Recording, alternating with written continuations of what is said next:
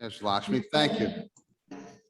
Great, thank you. I call this meeting of the Select Board September 14th, 2021 to order. I see Lakshmi is here via Zoom. Lakshmi, you can hear us? Yes. Can you hear Okay, me?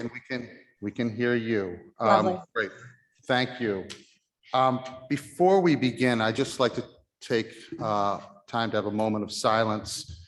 Looking back on this, last time we met, we of course had 13 members of the military, Marines killed in Afghanistan. Of course, over the weekend on Saturday, we had the 20th anniversary of 9/11 in Needham, which of course changed all of our lives. And I guess it was a nice tribute.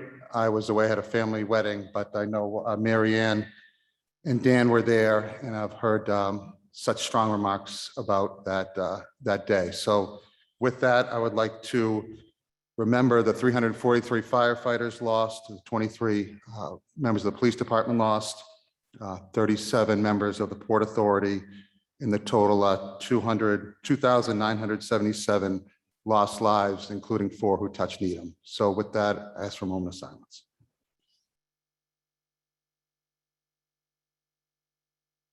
Thank you. The first item on our agenda is a public hearing above ground fuel storage. And I'm a member of the Needham Pool and Racket Club. So with this, but I have sent in a notice, or from town council, had a discussion with town council about how to proceed with this. And I have filed an application with the town clerk, and I was given the go-ahead from town council that I could, in fact, appear at this meeting. So I just wanted to put that on the record, that there is no conflict for me to hold this hearing tonight. So with that, it is a public hearing above ground fuel storage. I asked Dennis Condon via Zoom and Barry Nectow.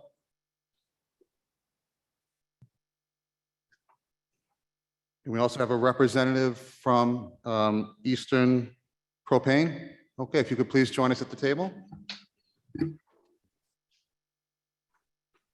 I know Barry's affiliated with the club. And your name, sir? Darren Jermaine. Okay. And you're representing Eastern Propane and Oil, is that correct? Yes, sir. Okay. Thank you. Okay, I will let you proceed. And please tell us about this application. So the application is for 2 1,000 above ground tanks to fuel heaters that are for snow removal and moisture removal on paddle courts that they have installed. Paddleball is becoming a up and coming sport, and it's something we've done in the past on other country clubs that seem to be getting into it more and more. Okay.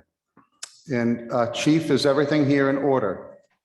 Yes, we looked at the application. Everything was in order. The only thing we requested was for them to separate the tanks by 3 feet, and they had plans for doing it at 5 feet, which was fine.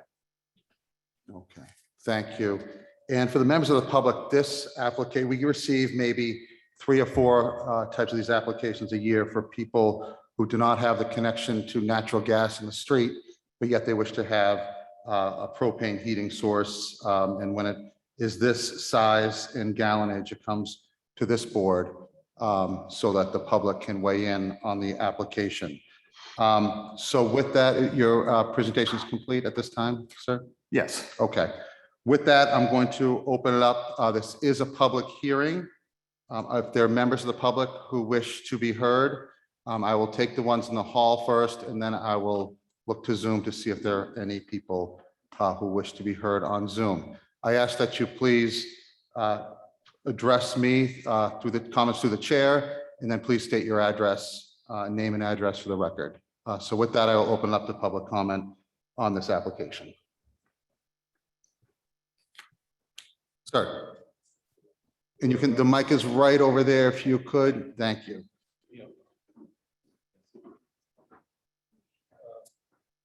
We're Fred and Carol Sewell. We live at 1554 Central Avenue, directly across the street from the Pool and Racket Club. I just have some questions about the installation. First off, I believe this gentleman just said they're two 1,000 gallon tanks. And I believe here it says 1,600 gallon tanks. That's just a difference.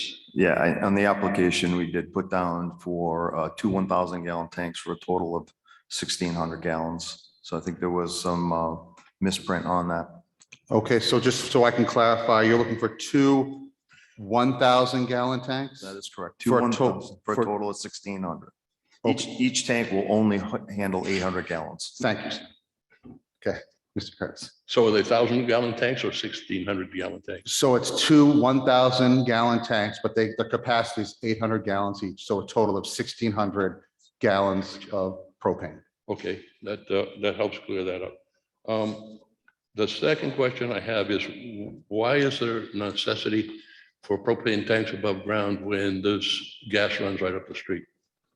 Why isn't it feasible to just dig out to the gas line and hook up to natural gas? Okay, I'm gonna state that question. I believe we have a member of the Pool and Racket Club at this hearing. Is Barry is here? Hello, Hi, Barry, how are you? I'm well, thanks. Thanks very Fine. much. Did you hear the question? I did. Okay. So we've spec'd propane from the very beginning on this project. There isn't any natural gas line that comes into our property. We're a tenant. The paddle entity is a tenant from Pool and Racket, and there is no gas that comes up to Pool and Racket. The pool at Pool and Racket is heated by oil. So we spec'd propane from the very beginning. I don't believe that answers my question. I believe my question was, why are you opting for 1,600 gallons of propane rather than just connecting to the natural gas line? What is the reason? That's the simple question. Is it a matter of expense? Well, expense would be certainly a big driver of it. Okay, I guess that answers that. Finally, I'm a little disappointed in this map that came from Eastern Gas. It's totally useless and indecipherable. I can't read it with a magnifying glass, and the codes that are on it. There's no code for the area around here. There's all these little dots kind of thing around this area, which encompasses my property and several of my neighbors' properties across Central Avenue. And my question simply, is that a blast area, or is that a, what is the Okay, the question is, what is the delineated, there's like a bunch of little asterisks around it. right, what is the, and sir, the delineated area on the map? Mr. Curtis had a question. Sir, if you want, you can have my Yeah. copy, which is in color and probably about easier to read. Okay. I'll look at it. Oh, Sure. I see. This is what it is. Yeah. Oh, Mr. yes. Chair, I believe this is just a locus map, so the board has asked that we provide locus maps for all, Okay, so that you know where they are. right, now I see it in color, yes. Okay, so. if I could read Would you aloud. like to sit at the table and speak into the mic? Would that be better? I guess I just need that question answered, and I'll have all my questions in. What is that? You're talking about the line going around the, Yeah, around the blue area. I take it the blue area is the entire property of the Pool and Racket Club. it is, And then there's that area, and I cannot without my glasses. But my wife has, somebody could be kind enough to just tell me what that ring is. Did you get this one too, sir? No, sir.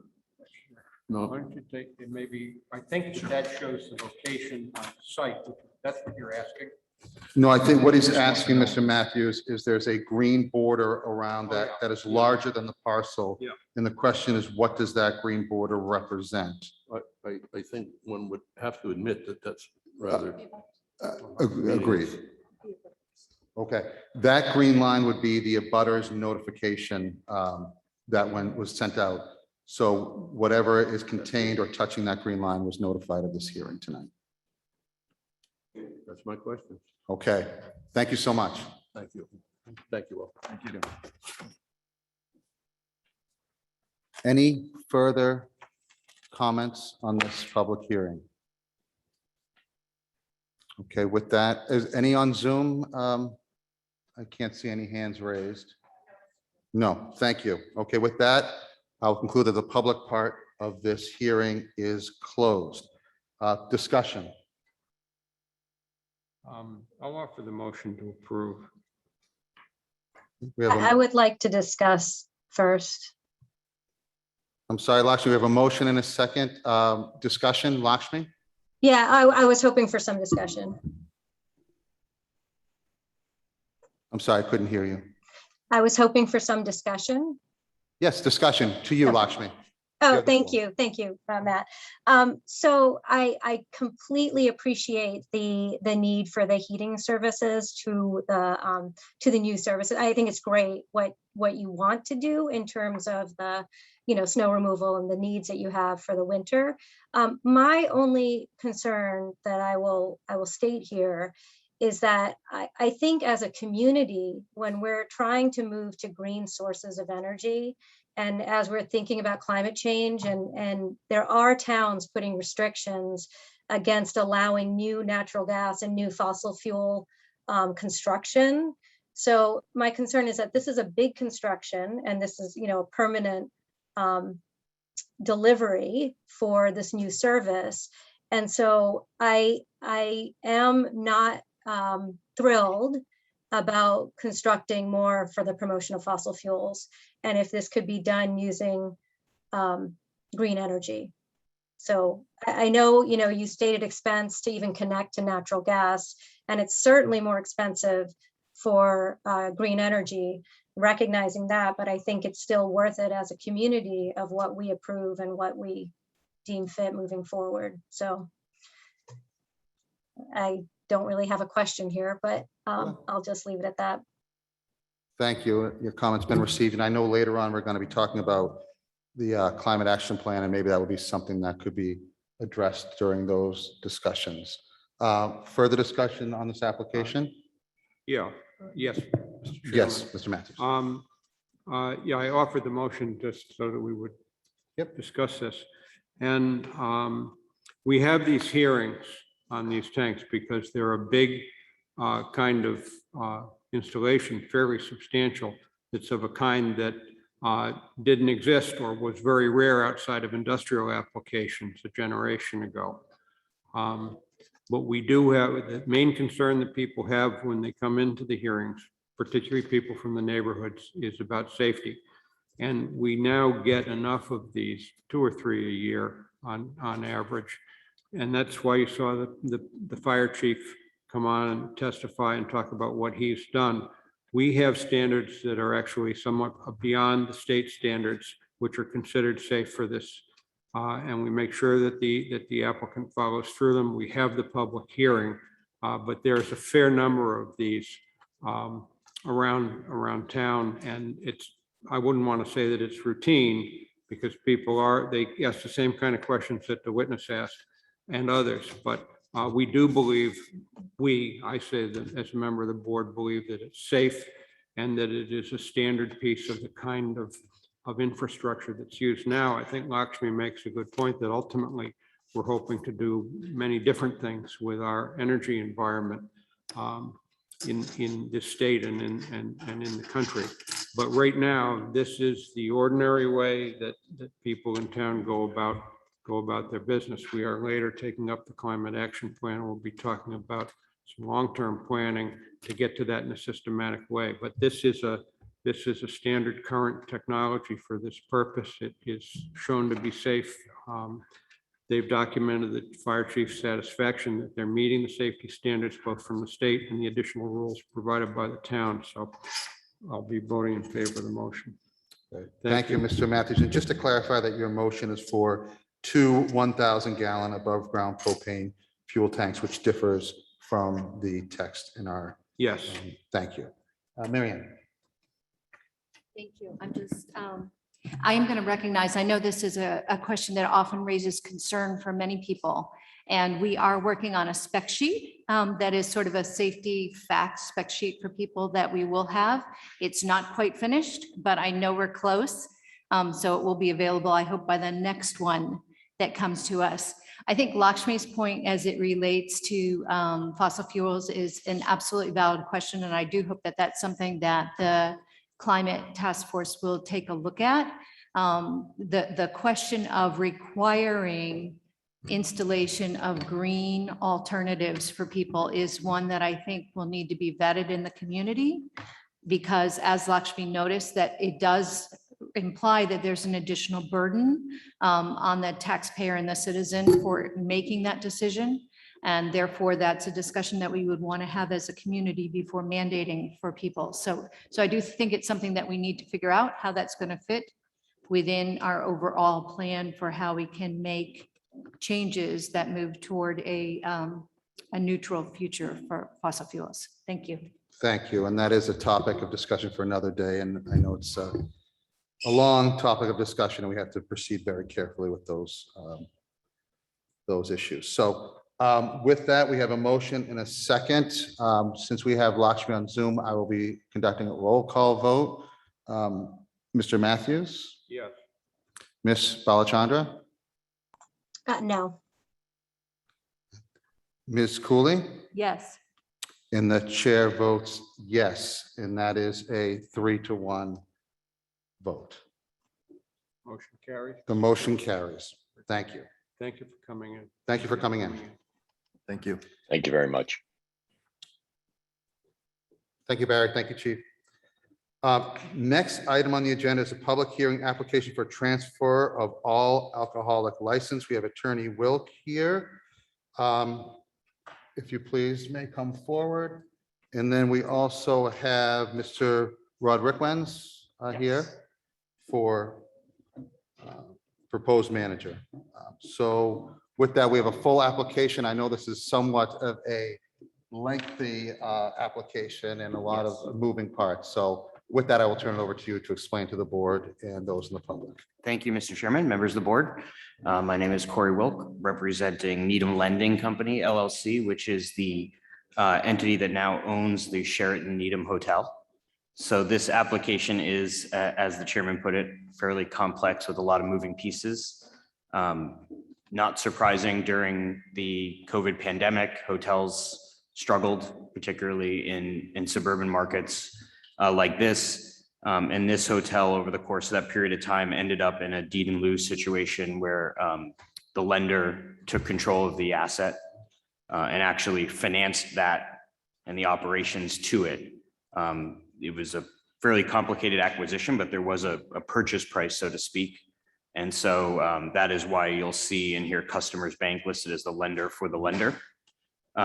So Needham Lending Company, which is ultimately owned and controlled by Paceline, which is a private lending group and ownership group, took control of the property. They engaged SSH Needham LLC, which is a subsidiary of Stepstone Hospitality, to manage the hotel. Stepstone is a large hotel management company with a lot of experience in New England as well as around the country. And so they've taken over management. Looking forward, they're hoping in the future to do, some renovations, some upgrades. The hotel has seemed to have taken off a bit during the summer when people were looking to get away. As I understand, it actually did quite well over the past few months.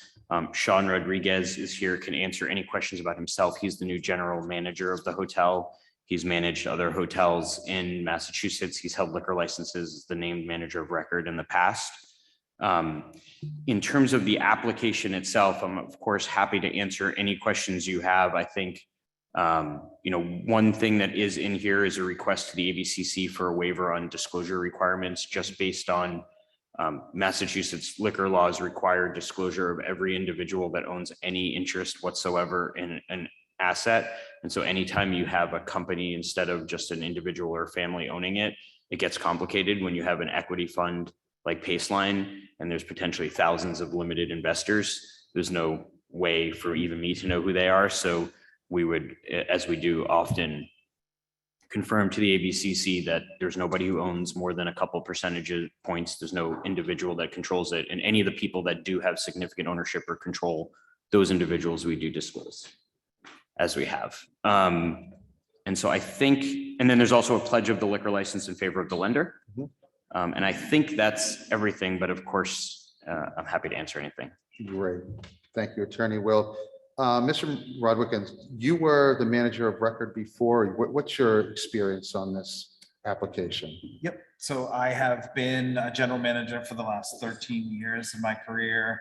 I've held 4 different licenses in the state of Massachusetts, one in Billerica, one in Waltham here, hoping to hold one here.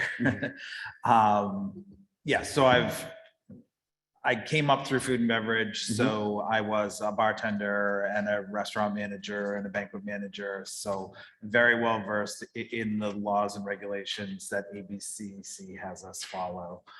Tip certified, food service safe certified. So been doing this for quite some time. Don't have any infractions against me in my career. So. Okay, Yeah, very excited to be reopening this hotel here in Needham. terrific. And it is an amenity for the town and surrounding It really is. It towns really and- is. in Yeah. the state. So thank you. We have town council here. Is everything in order? Would you like to say any words on this application? The application appears to be complete from my review, so I think it's a policy decision for the board, whether issuing the transfer serves the public need and protects the interests of the town. Thank you for that. This is a public hearing. Is there anyone in the public who wishes to speak on this matter? Seeing and hearing none, I'm looking to Zoom. My eyes aren't as good as they used to be, but I don't see any blue hands raised. Is that correct? Okay, Mr. Chairman, I'll offer a motion to approve and would like to be heard. yes, you may. Thank you for that motion. Is there a second? Second. Do we have a motion and a second discussion, Mr. Matthews? Sure. Council has reported everything is in order and it's a lot of material. But and appears to be in good order, and it's a necessary transaction for the operation of the business in this environment. But I did want to talk a little bit to Mr. Rodriguez, and hopefully this is a matter of welcoming you to the town. It's just that it's a pretty substantial establishment. We want people to enjoy, their time. Responsible. Yes, and we want you to succeed in business here. But safety is critical, and I just want to emphasize that, particularly where, as council has talked about, this is a very complicated system of ownership here, but you've held these licenses before as manager, and the manager is personally liable for Yes, I do. everything to do with alcohol service. And as long as we understand that, and you've talked about the certifications and background, the important thing for me, it isn't just a certification, but whether you do what you're supposed to do. Yep. And as long as we're clear on that. Yeah, I'm fine. So, okay, fine. Okay. Yes, sir. We are very committed to the process and understand the ramifications if they're not followed. So. Thank you. Further discussion? Hearing and seeing none, we will come to the vote.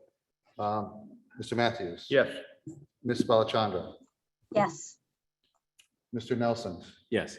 Ms. Cooley? Yes. And the chair votes yes. That's unanimous. Thank you. Best of luck. Thank you very much. Welcome. Thank Looking you. forward to a revitalized hotel and. Yes, we're very restaurant. excited to bring it back. Excellent. Great. Absolutely. Take Thank you care. Have a very great much. night. Thank you all. Thank you.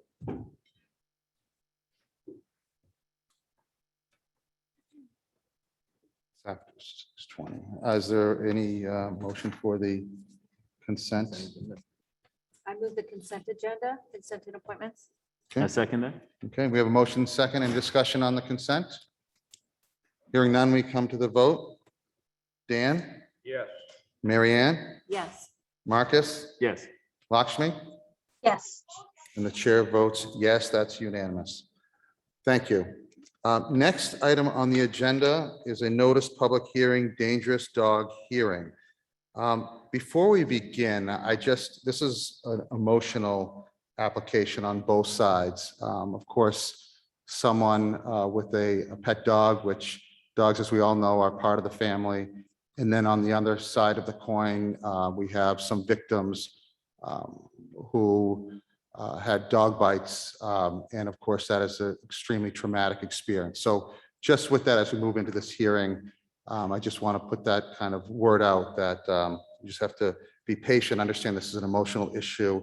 And as a board, it's our job to work our way through the facts and ultimately reach a decision on this application. So with that, I would like to invite Chief Schlittler up to the table and just go through a couple of things for the record. This hearing of the, yes. I don't mean to interrupt, but I noticed we got a good turnout here tonight. But anybody whose business is complete before the meeting, you don't have to be polite and stand on us. You're free to go or Yes. welcome to stay. Thank you, Mr. Chairman. Thank you, Mr. Matthews. This hearing, the select board is held pursuant to both Mass General Laws, Chapter 140, Section 157, and Section 3.7 of the town's general bylaws for the purposes of determining whether the dog named Duke of 83 Old Farm Road is a dangerous dog or a nuisance dog. In either case, to determine the appropriate remedial action to be taken. Under Mass General Law, Chapter 140, Section 157, the hearing authority, which is this board, shall investigate or cause the investigation of the complaint, including an examination under oath of the complainant. So in accordance with the complainant is Chief Schlittler, he must be examined under oath as part of this hearing. So therefore, Chief Schlittler, can you please stand, raise your right hand and repeat after me? I will stand, so you're not the only one standing. I, John Schlittler, I, John Schlittler, do solemnly swear that the testimony I'm about to give do solemnly swear the testimony I'm about to give is the truth, the whole truth, and nothing but the truth. is the truth, the whole truth, and nothing but the truth. Thank you, Chief. Be seated. This dangerous dog hearing has been initiated based on the written request of Chief Schlittler dated August 30th, 2021, and the underlying incident report of Officer Palmer. We will begin this public hearing with the testimony of Chief Schlittler and Officer Palmer, if present, is he present, Chief? No, that's fine. To be followed by testimony from Duke's owner, Christina Santamaria, if she wishes to testify, and then any other members of the public in attendance that wish to speak. We have in our possession victim statements as well as incident reports regarding Duke.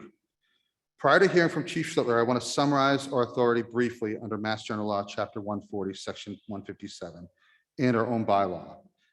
After this board obtains testimony evidence and the hearing is closed, we must first decide A, whether to find Duke to be a dangerous dog, B, to find Duke to be a nuisance dog, or C, to dismiss the complaint if neither finding is supported. The legal standards for each and the remedies are set out by our statute. We are limited in what our remedies are. A dangerous dog is defined as a dog that is either one, without justification, attacks a person or domestic animal causing physical injury or death, or two, behaves in a manner that a reasonable person would believe possesses an unjustified imminent threat of physical injury or death to a person or to a domestic or owned animal.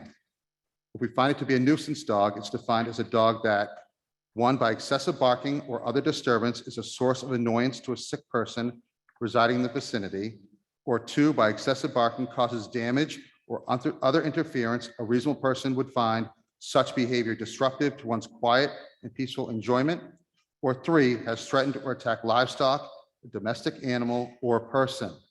But such threat or attack was not a grossly disproportionate reaction under all the circumstances, which will be a point that we will be looking at.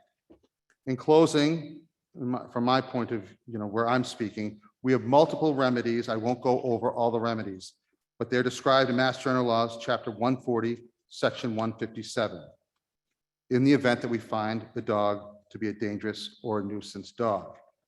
I do want to note in Chapter 140, Section 157, this board cannot order the dog to be removed from Needham. So with that background, I know it's a lot, but we have not had, I know, a hearing on this in at least 10 years since I've been on the board, and maybe Mr. Matthews, you remember hearing, but it's been a long time, so I want to make sure that we are all up to speed on what we can and can't do and what the facts will be before us. So with that, Chief, I'm going to turn this over to you for a statement. Thank you, Mr. Chair. I will briefly summarize the two reports that were filed with the Needham Police Department. On 8/12/2021, officers responded to 83 Old Farm Road for a report of a dog bite incident. Upon arrival, officers spoke with Donna, the mother-in-law of the dog owner, Christina Santa Maria. Donna indicated to officers that the neighbor at 75 Old Farm Road had complained that their dog Duke had been in their yard.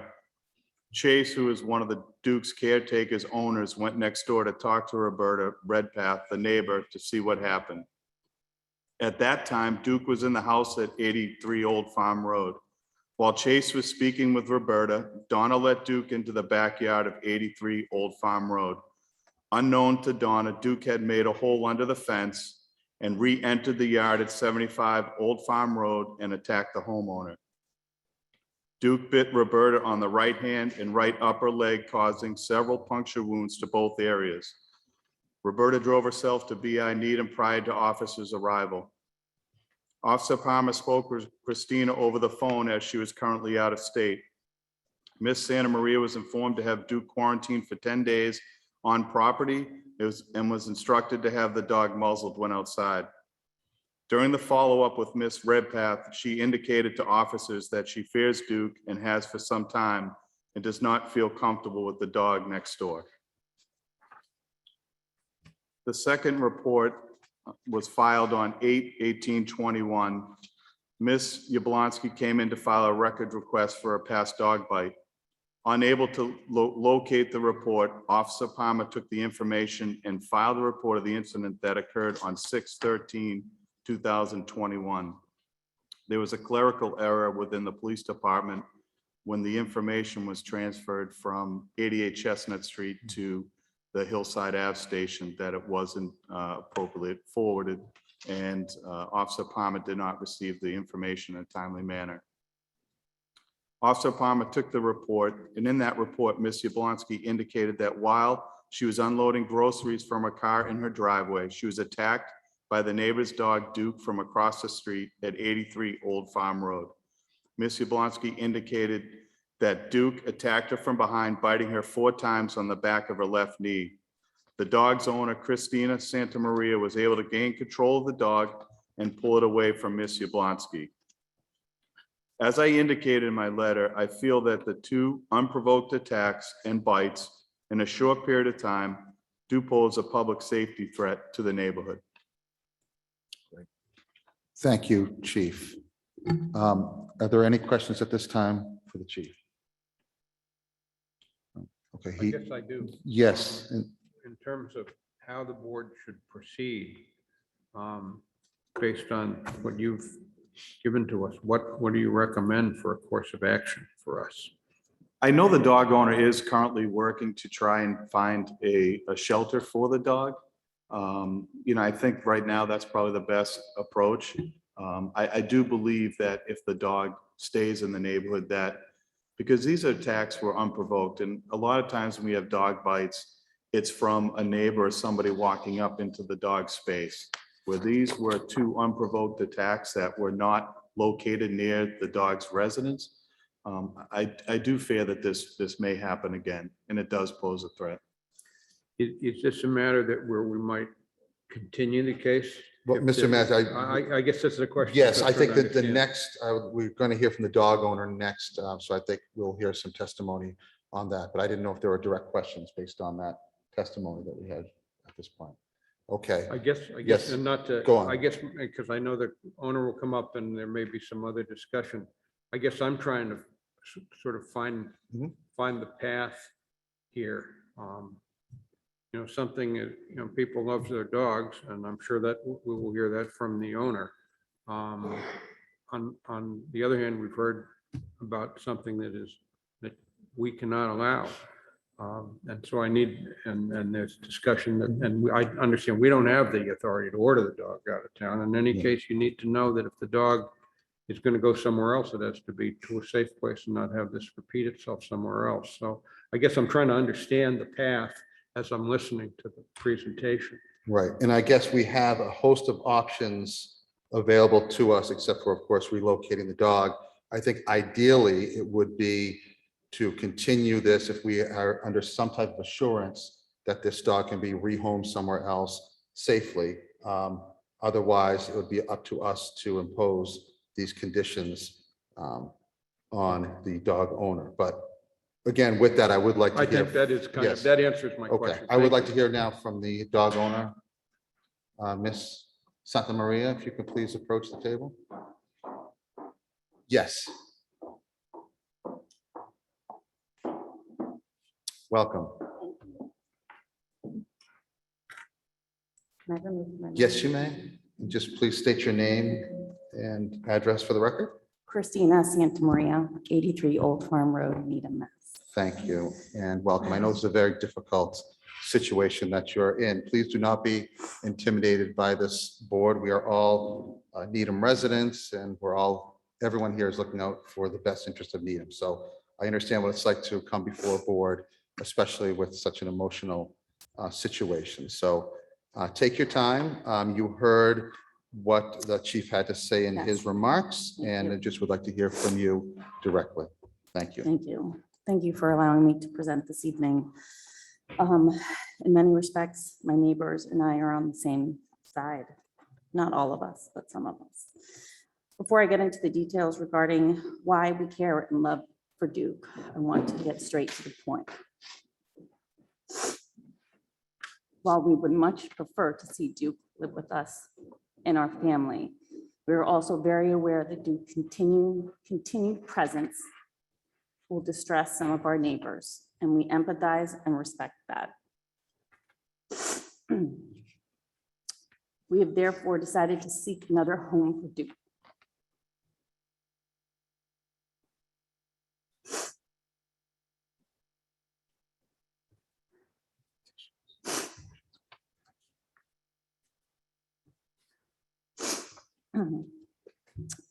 And one that will be prepared to give him the training and attention that he needs. As you might imagine, however, since Duke has history, it will take a little more effort to find him a new home for him. So we adopted Duke from the South during the pandemic. And when we adopted him, he had failure to thrive and he almost passed away. My children, of course, who the three of them are here this evening, absolutely love Duke. We have other kids around him, many play dates, neighbors. And I myself, we have another dog, Rocco, who I love. Duke took a while for me to gain some love for him. I think the dog was mostly purchased for Chase as a therapeutic dog, which obviously is not working out. Therefore, I'm asking for an additional time which to place Duke. In the meantime, I believe it would be useful for the board as well as my neighbors to know that we have done and will continue to make sure that Duke will not get into any further trouble. Thank you very much.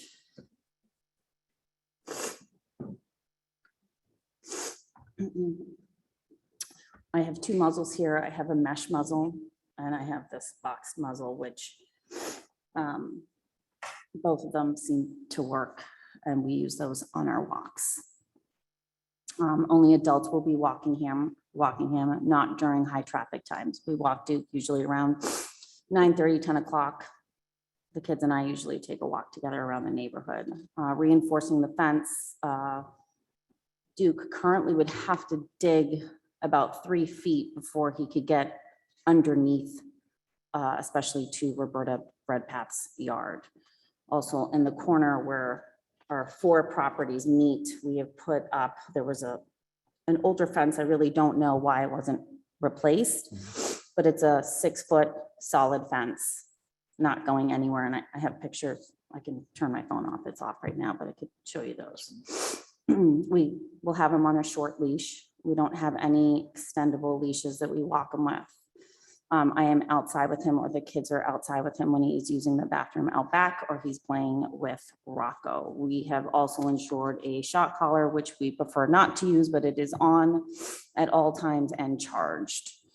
I have ordered a camera for the backyard. We have a padlock on the door. No child can come in the back. No adult can come in the back, nor can my children open the back gate. I'm the only one that holds a key for that. I believe with these measures, I can assure the board while I diligently look for another home for Duke, but the chances of him getting out into trouble have been significantly minimized. You should also know that several of our neighbors have written in support of Duke, who in vast majority of cases has had a positive interaction on both adults and children alike. I do have a few packets that go through the letters some neighbors have written, friends, and some further emails. In searching for Duke over the past few months, I just wanted to go through the list of the places I've called or emailed. Animal Rescue of Boston, which was a no. MSPCA, which was a no. Buddy Dog Humane Society, they cannot take Duke. Bay Path Humane Society is a no. Situate Animal Shelter of Massachusetts is a no. Metro West Human Society is a no. Last Hope Canine Rescue, I'm waiting for some information from them. Bark and Roll in Reading, which is a board and train program. I'm waiting for the trainer to get back to me. I did speak to someone there and they said they do deal with dogs that have fear aggression and dogs that have a bite history with humans. Okay. Majestic Canine Rescue of Colorado. I'm awaiting. I am more than willing to drive him there if they will accept him. Okay. Best Friends, the Sanctuary, I believe it's called. The location nearest me is in New York City. That was a no. In light of this information, I do believe I have not exhausted all efforts in looking, and I request for some more time to rehome Duke. I'm an animal lover, I'm a dog lover. I'm very empathetic to my neighbors. It's awful. It has definitely divided the neighborhood. And I would like to try and solve the issue, and I would want my neighbors to feel safe. We all want to feel safe. We live in an amazing town and safety is the #1 thing here. So I'm hoping that the board would allow me some more time in search for a home for Duke. Okay. Thank you for that testimony. And if you could take any written correspondence, you can Okay. go through the town manager with those and that will come to us. Okay. And then I do have one of the letters that were written. That person is here today and willing to read it if you would like. Okay, yes, we will open it up for Okay. public Thank you. testimony. I think if you just want to stay seated just Okay. for now, in case Sure. there are any questions, that would be helpful.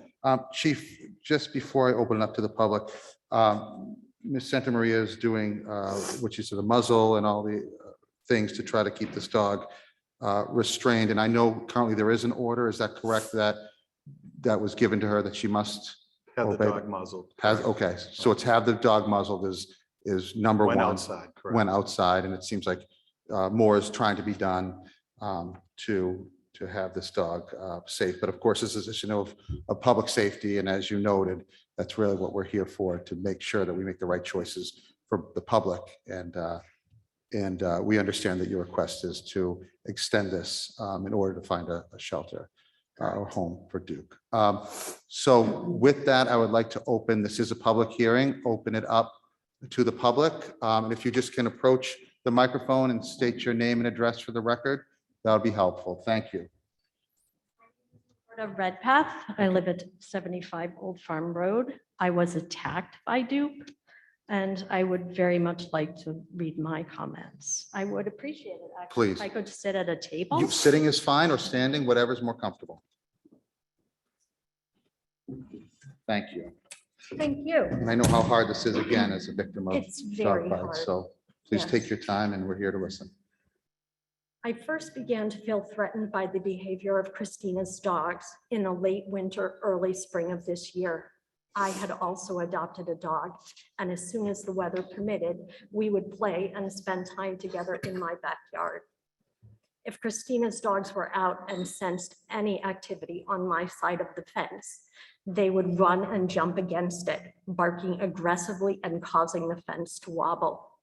The force of their jumping and the loud, aggressive, and continuous barking was both startling and unsettling. Duke first appeared in my yard later that spring, this spring. I was working in my kitchen one day when my daughter alerted me that one of Christina's dogs was in our backyard. I immediately called Christina to tell her. She determined that it was Duke that had dug under my fence. I shared that her dog's aggressive barking and jumping on my fence made me feel that my family and my dog was unsafe. I explicitly said that I feared that Duke would attack either my dog or any person that happened to be in my yard if she allowed him to burrow under it again. I asked that she take whatever necessary actions to stop the dog from jumping on my fence and weakening it further. I also asked her to fortify the fence line on her side to make sure Duke could not be allowed to burrow under it again. I attempted to fill the vulnerable area on my side with both dirt and cinder blocks. When I learned that Duke attacked Nancy in June, I felt that my worst fears were confirmed. I was so sorry to hear that Nancy had experienced the exact thing that I had been afraid of for months. I actually thought that maybe Duke was gone, as it seemed quieter next door. I was stunned when Duke again appeared in my yard on August 12th. I received no assistance from the adult on the premises when I went next door and expressed my concern. I spoke over and over again. I attempted to call the owner both on her cell, at the home. There was no answer. I went to the door. I said, the dog is in my yard. They insisted, no, the dog could not possibly be in my yard. It was in the house. The woman never came to the door, never attempted to talk to me, never attempted to intercede in any way. I was only met by resistance that the dog could not possibly have gotten in my yard. When the dog came back under the fence and the Hess children were there and unable to secure him, I suggested that maybe if he went home, he would return. If they went home, he would return voluntarily. One of them immediately replied, "Oh no, we can't leave him. He's vicious." He then leapt out of the garden and he attacked me. He didn't bite me, he attacked me. Shortly after, Christina openly acknowledged to me that Duke was a behavior.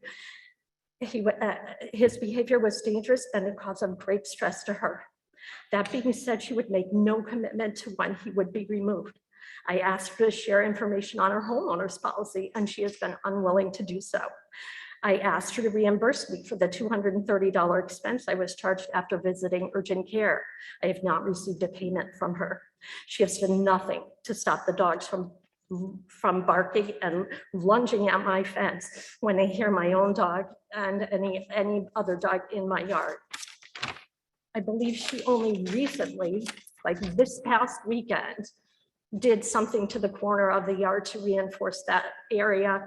And I can see some wire on the ground along the side of the fence on her side, but I don't know that it goes around the entire property. I have paid for someone to come in and reinforce all of my posts, and I am also waiting for someone to come and install some wire on my side. Since the attack, I have struggled to manage the anxiety and depression that has come with this trauma. It has affected my ability to function effectively both at work and at home, and it has entirely eliminated my ability to enjoy any time in my backyard. I worry about my dog, my family, and I don't feel comfortable asking anyone to come over, given that I can't predict if the dogs will be out and how aggressively they'll behave and like just pound on my fence. 13 weeks have passed since Nancy was bitten and Christina first began her efforts to rehome Duke. Conversations with neighbors revealed several more examples of aggression on Duke's part. Someone mentioned to me that they heard that Duke had bitten up to 7 times, but I've been unable to locate the original source, but I've heard it from multiple people. I had initially thought that the MSPCA might be an agency that was willing to try and rehabilitate Duke, But after providing some background to one of their intake advisors, I learned that it was against their policy to adopt a dog that has demonstrated this degree of aggression. When this is the case, they will only offer humane euthanasia as an option. The sad truth is that given Duke's history of unprovoked attention, it will likely take a miracle to find someone able and willing to take on the challenge and liability of caring for this dog. As sad as it is to say, perhaps humanely putting this dog down is really the only solution in this case. This is by no means an easy thing for me to say. I have loved dogs my entire life and know the joy and the comfort that they can provide. However, I also know that without question, preventing another person from suffering the trauma of being attacked by this animal far outweighs what comes from the loss of this dog. If Christina is allowed the privilege of finding more time to find the right home for this dangerous animal that has been multiple times, then the town is choosing to prioritize the life of this animal over the safety and security of its own residents. If this is in fact what you do decide, then I ask what sort of protection you are prepared to offer my family, the residents of Old Farm Road, and any other adults or children who live nearby or visit our street. What sort of restraint and containment will be required, and how will that be monitored? How much time will be given, and what happens if the dog is still there when the time runs out? What will it take to motivate the town to insist this dog is handed over to an agency that will kind of have to deal with its behavior? How many more people will have to get hurt? Requesting this hearing and coming before you to ask that Duke be removed is one of the hardest things I have ever done in my life. I am not a confrontational person and have spent the last 29 years living a mostly anonymous life in Needham. I do believe if Duke remains on the property, this will happen again, and I am determined to be the last person that is attacked by this dog. I hope that you will see fit to assure that this is in fact the case. Thank you for that powerful and I know very difficult testimony.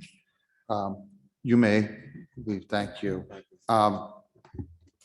Do you have, in the way hearings like this work, it's not a back and forth between people. We have to, if you have any comments that you would like, I know there are some comments made, or do you just wish to rest with the comments you've already made? That is fine. Okay.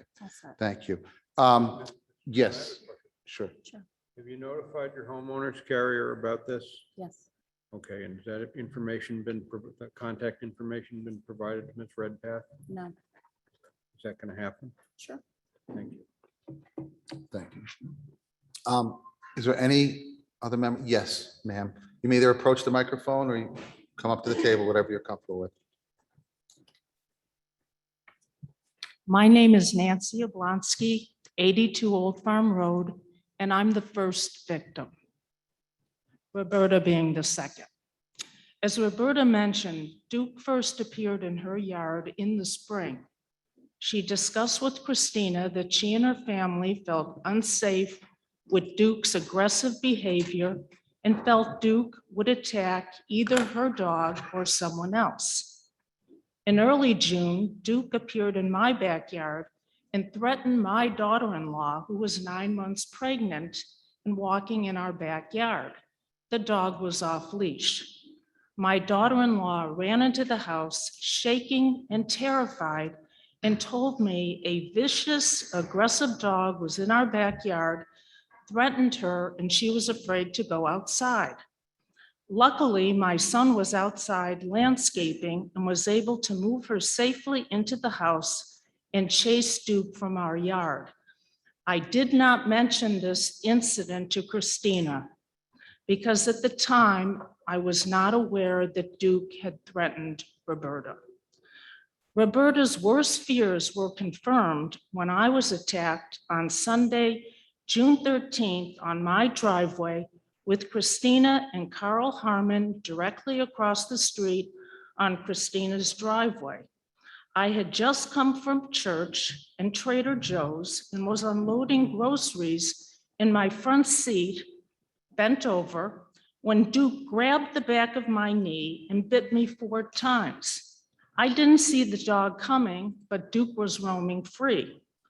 Christina and Carl Harmon immediately ran over and pulled Duke off me. I was stunned when Carl Harmon asked if I provoked Duke. Christina told him no, and I found it unbelievable that he asked such a question since he saw the entire attack from across the street. The back of my leg was bloody and the bite started to swell, so I went to the emergency room for treatment and to fill out the Boston Public Health Commission form for reporting animal bites. I also went to the police department to complete a police report and spoke with Duty Officer Schlittler. I followed up with Christina, who told me she was looking to relocate the dog in a new home. If the dog had been relocated within 2 months of my attack, Roberta would not have been attacked on August 12th. Roberta and I requested copies of our dog bite incident reports from the Needham Police Department to prepare for the dangerous dog hearing. We spoke to Officer Palmer, who gave Roberta a copy of hers, but told me mine had been accidentally thrown out and he would complete a new report for me. Thank you. Thank you. Further testimony? Yes, ma'am.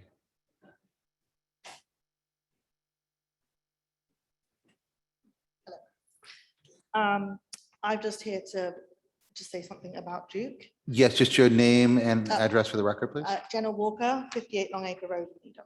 Okay. I've been a neighbor and a friend of Christina and her family for over 4 years and have known her dogs, Duke, Rocco, since they were brought home as puppies, and also her as a previous owner of Max. So I know she's a responsible dog owner. I'm aware of the instances of aggression in Duke. However, I have never found him to be anything other than an excitable dog. And along with my husband and my 10-year-old have looked after him multiple times, walked him, taken him out, and have never had any instances of aggression whatsoever. And I have no qualms now, regardless of what's been reported, although I'm well aware of what's been reported. I have no qualms in going over and playing with him now. I understand that Christina is doing everything she can to rehome Duke so that he is in a better environment for training, and I know that she's working hard towards this, having helped her myself. Duke is a boisterous dog and would be well suited to a home where there were no children and he was the only dog so that he could have full training. I personally would be devastated if he was euthanized. It's not something that I personally want to think about. I'm fully aware that he needs to be rehomed, and I can see why the neighbors may be nervous of him. However, I feel that with the precautions that Christina has taken with the fence and with the muzzles and walking, not letting him out of her sight, that he should just be allowed some more time. I feel like there is somewhere for him to go. We just need to find that place. Thank you. Sir. My name is Chet Yablonsky. I'm the husband of Nancy Yablonsky, one of the victims. I'd like to personally thank the police chief for his very accurate and concise portrayal of what happened to the 2 victims. And I've had incidents, although I have not been bitten. About 2 weeks before my wife was attacked, I had an incident with Duke. I was coming home from work, pulled into the driveway, and got out of my car.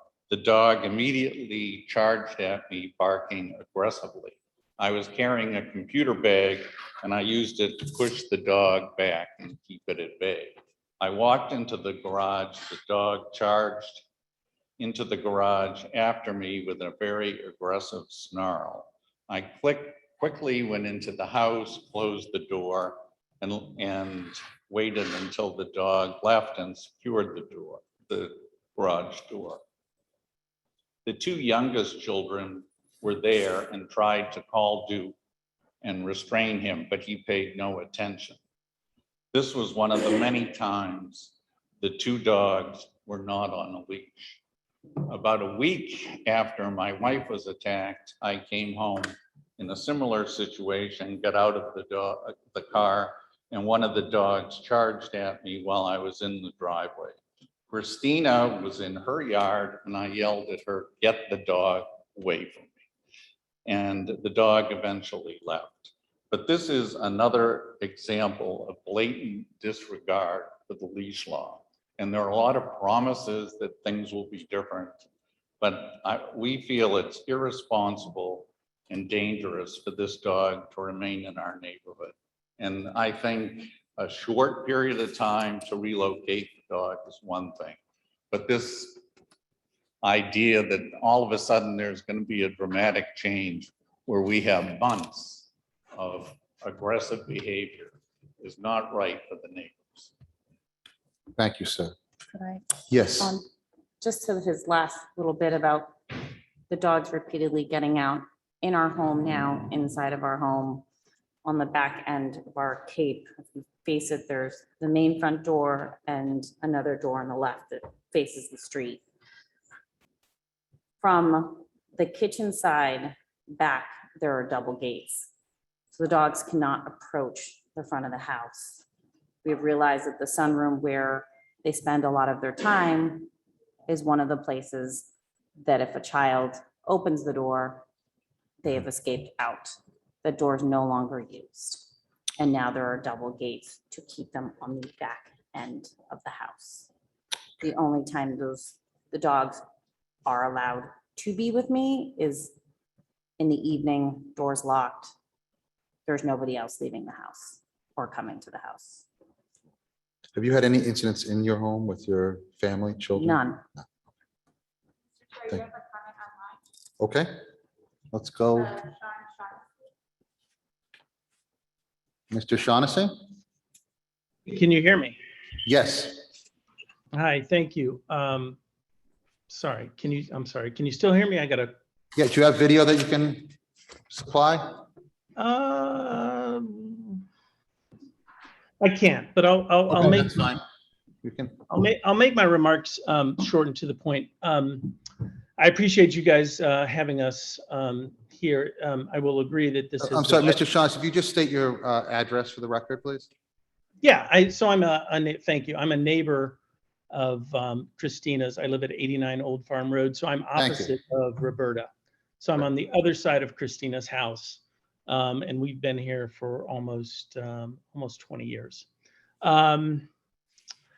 So I'm not going to reiterate the points that have been made, but I do want to make sure that this council understands that this has divided the neighborhood. You've heard from a few people who are very scared to be around the dogs. And this is a question of responsibility. It's something that should have been dealt with, in my opinion, months ago when this first happened. You've heard testimony or a statement from the chief of police on what his thoughts are. And so this is clearly about responsibility and what this group is going to do with what they've heard. And we live next door to Christina.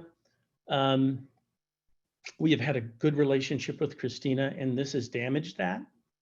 The dogs regularly come over to our fence line, which is a 4-foot fence. They stand on their back legs, they bark.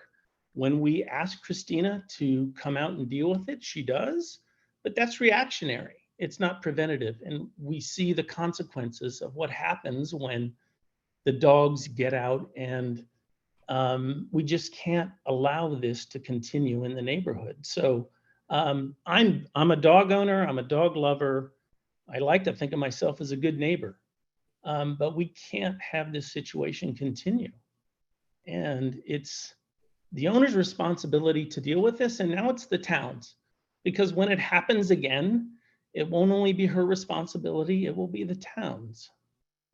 So my recommendation and my ask of this council is that if you're going to give time, that it's days, not weeks, and that we restore some responsibility to this situation. Thank you. Thank you. Any further public comment? Yes. Ma'am. My name is Maureen Thompson.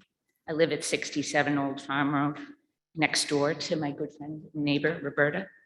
Also, I'm here to support Roberta and Nancy in their efforts to secure the safety of our neighborhood, and I am sorry that they have been through such an ordeal. On any given day, we have many neighbors and others that walk our street. Two elderly neighbors in particular come to mind. One neighbor has taken in their elderly father, and I see him often making his slow trek with his walker up and down our street. My dear friend and neighbor behind me on Great Plain Ave takes a walk around our block almost every day. I shudder when I think of the danger they could face and what the outcome could be if one of them encountered an attack by Duke. I apologize, I'm getting emotional. No. I have had 5 dogs over the past 35 years. I understand the love and attachment you can feel towards an animal. However, that bond alone cannot paramount the safety of humans. My husband and I are very fond of Christina and her children, and we hope after hearing our concerns, she will take the immediate, responsible, and necessary action to remove Duke permanently. Otherwise, we hope the town will take the responsibility with removal of him. I would think any less action on Christina or the town's part, especially after a meeting like this, would bring serious liability to each party if another biting incident should occur. Thank you for hearing my concern. Thank you. Any further comment? Yep. Please. My name is Claire Immediato, and I live at 304 Hunting Road. I'm Roberta's sister, and I am at the house probably once a week, usually associated with a dump run. And I often bring my dog, who is the sibling of Roberta's dog. We adopted them also as pandemic puppies.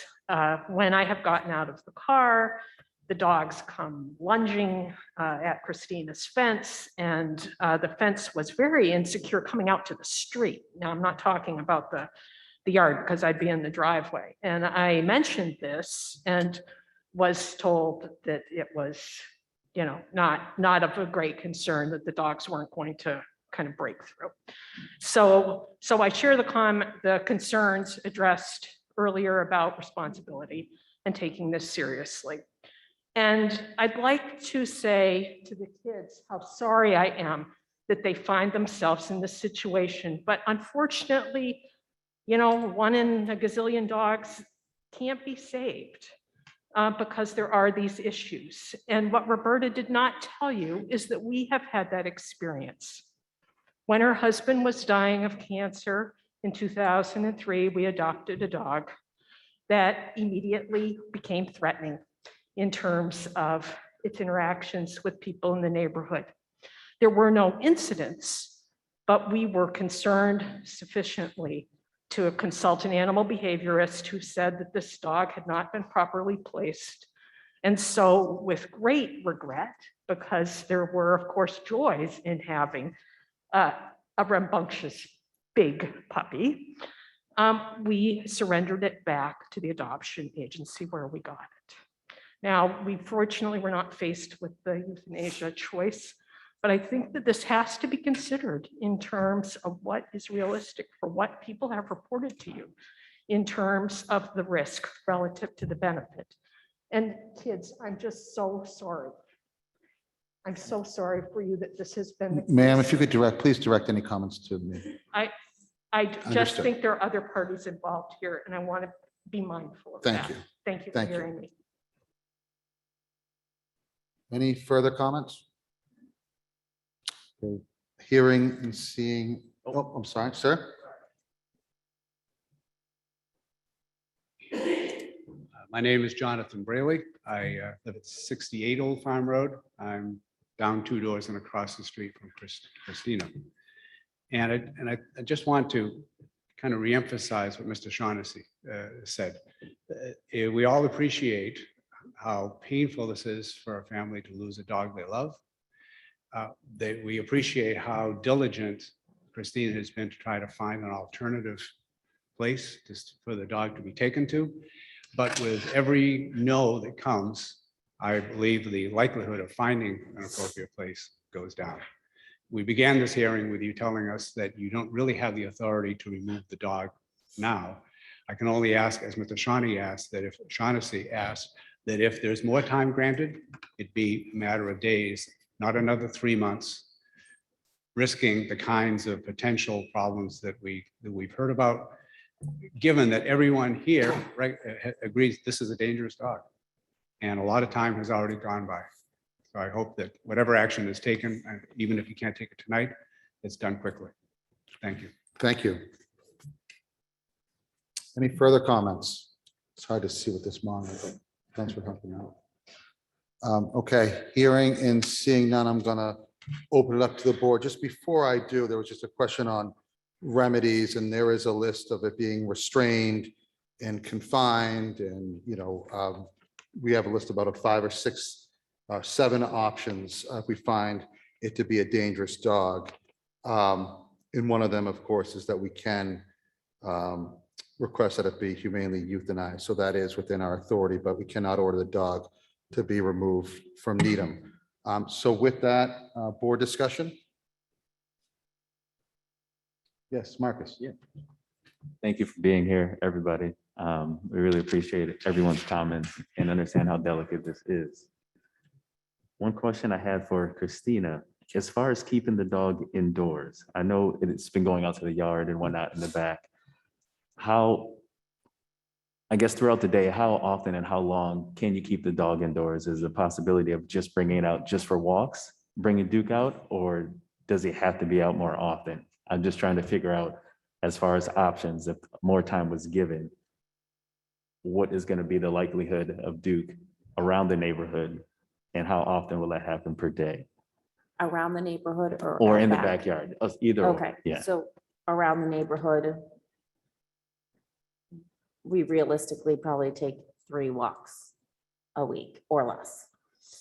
In the backyard, I've tried to minimize the time that's spent out there. Like they got very used to going out, coming in, and like 5 minutes later, they want to go out. So I'm trying to lower that by taking them out in the morning, bring them in, and then they're inside for 2 or 3 hours. If I run out, I come back, I'm back outside with them to let them go to the bathroom, come back in, and it could be another 2 hours. I would say that when they hear the dogs that are behind the fence directly in the back, they want to go out. I'm learning when that happens, so I'm minimizing their ability to go out when those dogs are out. And then They bark at each other. Sorry about that. And then a follow-up to that is hearing the barking. Does anything happen in the household when you hear the barking? Do you have to let the dog out, Duke, or can you keep Duke in for longer than Rocco in? How does that work? I'm just trying to get to a point. Alternate or just keep Duke inside most of the day except for on walks is what I'm asking. Is that a possibility?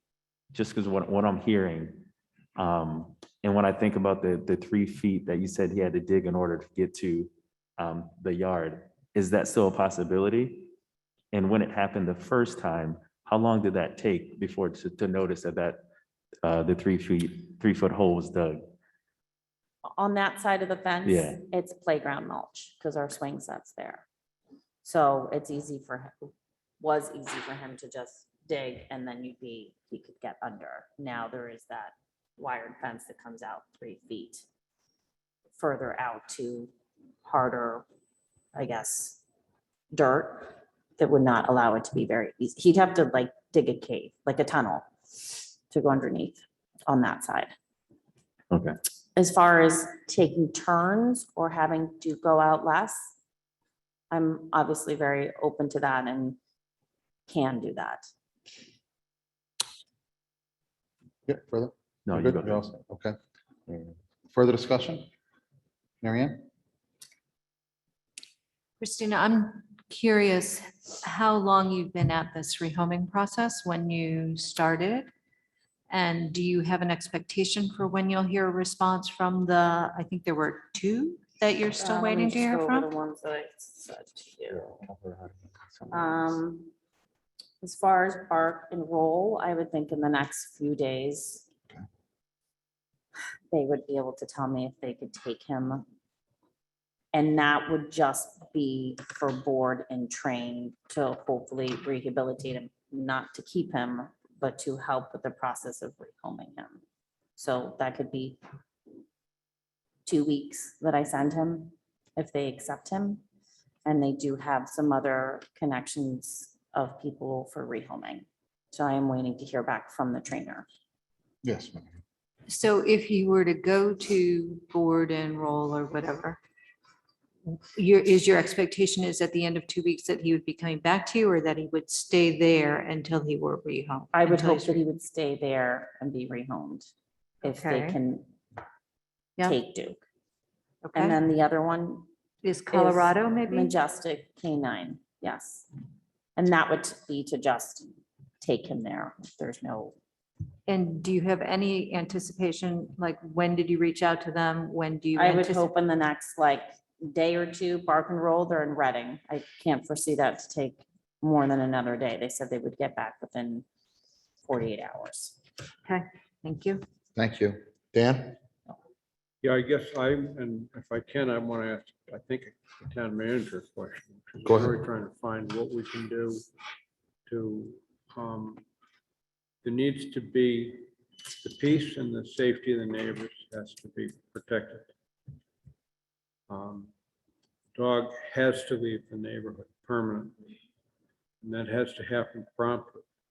I don't have an objection to having a continuance of some kind as part of this, but I certainly not want to close this case out until that happens under whatever order. So I guess I'm kind of looking for, at some point, this board has to vote on something. So I'm Sure, Mr. kind Matthews. of looking for that. And I know, I want to say a couple of things. You know, people love their dogs, everybody does. And there's reason the dog's man's best friend. But that's not always true of all dogs. And some dogs have serious reactive problems, and they can be, sometimes and we've heard something about this, they can be to some people and to some situations and not to others. They can be genetic, they can be something that happened to the dog, something that's not the dog's fault. Sure. But the owner is responsible to do whatever has to be done to protect the peace and safety of the neighbors. And that can be hard. And if the owner doesn't do that, town has obligation to act. And I'm troubled here by why it took so long when, after facts were apparent that this was a serious situation. Troubled by some instance of non-responsiveness by you during the course of this thing.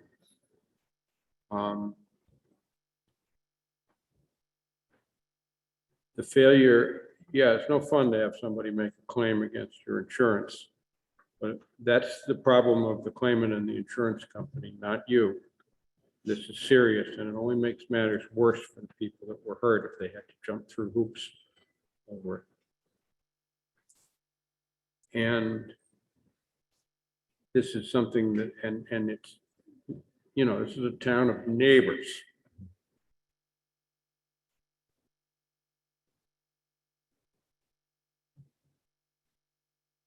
It shouldn't have to come here and speak this way. I hope taking this into consideration, and we'll do what you are supposed to do. Thank you, Mr. Matthews. Just before I go to Ms. Balachandra, you know, I think from what I'm hearing, comments on this board, I think some type of continuance would be in order, but I'm in agreement with the neighbors that it would need to be short And it would need to be voluntarily conditioned on measures that in the interim will not harm the neighborhood or cause further harm. The last thing I think this board wants to do, although it's in our power, is to order euthanization. But we do have that power. But I think as a last effort, I would like to see, and of course, we can talk about it as a board, is to continue this to a time certain. I think Ms. Cooley asked about maybe a couple weeks to get an answer on this, whether or not this dog can be rehomed. And it is hurting a neighborhood, as you've seen, and it's, as we see, very emotional. And I think for this neighborhood to heal, this needs to be done and move on, this dog rehomed. Ms. Bellichandra? I would just like to echo what Dan was saying. I think this is, it's just an incredibly sad situation.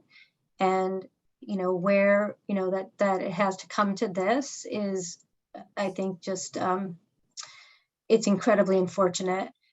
But I think where we started, where, you know, with the chief making a statement, and that this is really now an issue of public safety for the community. I am in agreement with you, Matt. I think, you know, perhaps a week, you know, of time, but kind of this needs to be over for your neighborhood. And in the, you know, we have the recommendations from our, you know, our public safety considerations and the neighbors. And I have also had a dog that got sick and unfortunately became, you know, aggressive to other dogs. And it's heartbreaking, but, you know, to have that responsibility of knowing that your pet could harm others is not okay for the town, right? And not okay for your neighbors. So yeah, I'm in agreement with the board. Thank you for that. Marcus. Yeah, I just wanted to say one more thing. And I think, you know, echoing all the same sentiments from everybody, you know, for your family, for your neighbors, more than anything, we want to make sure that everyone's safe. And we know not everyone's going to be happy with decisions that's made, but giving a little bit more time, just a little bit to do the best that you can and get to place is going to be vital. And to know that everyone that came here and spoke that was attacked and have gone through traumas because of that, you know, we are truly sorry about that. And we're going to do what's best for you and what's best for the community. So we apologize for that and for you and your family. Thank you, Marcus. Completely agree. Marianne? So I do just want to say I'm really sad that we're all here having this conversation tonight. I do recognize how difficult it is for everybody. When I asked to understand dates, I think what I heard from Christina is that she expects to hear sometime this week from the organizations that she's reached out to. So I am not actually thinking a couple of weeks. I'm thinking a very short time that I do expect to hear back from. I think the neighborhood has been waiting for a long time to hear some resolution, and that's been really challenging for everybody who lives there. If we can bring this to a resolution quickly, that's what I would be in support of, or it needs to go to a different resolution, unfortunately. Right. I was just saying a couple of weeks for our next scheduled meeting, and I also didn't want to give a date that would be unrealistic to find a home and then have to continue again. I don't know how our calendar would look for, what's our next meeting is the 28th? 28th. Okay. You'd have to have a meeting between now and then. I mean, the board has to meet and vote, so. Okay. What are thoughts about dates? I think, again, and I understand the urgency of this. I'm just trying to come up with a realistic balance for you to get a confirmation instead of you coming in next week and asking for another extension, which I don't think would be helpful at all. I think what I would like to see, though, is you voluntarily, because you've asked for us to continue this, but leashed off premises all the time, minimal outdoors for this dog, only when completely necessary. Of course, the muzzle order would still be in effect until we come back for a decision. Would that be appropriate for you to agree to those stipulations until then?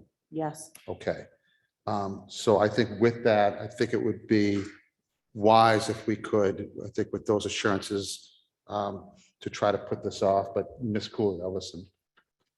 I would like to actually add, when the dog is outside, I think there needs to be adult supervision there. Okay.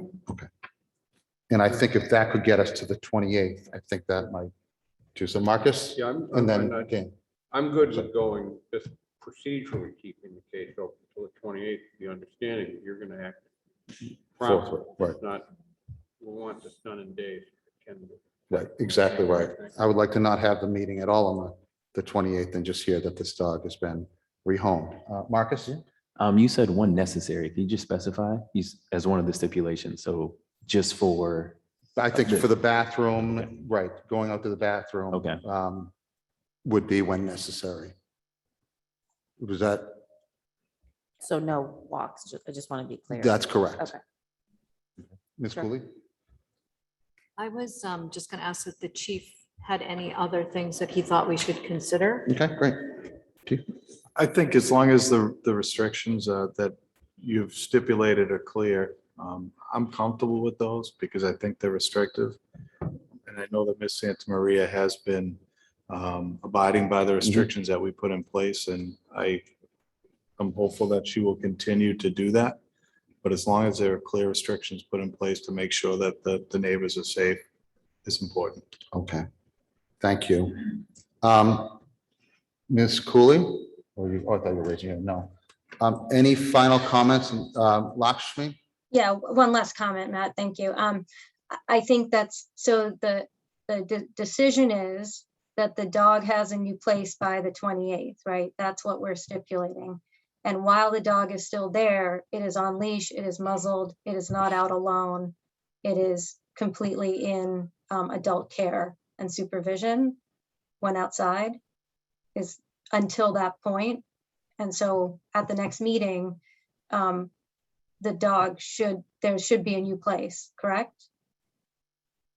Yeah, the hope would be by the next meeting that this dog is rehomed or just off the premises in some way, shape, or form.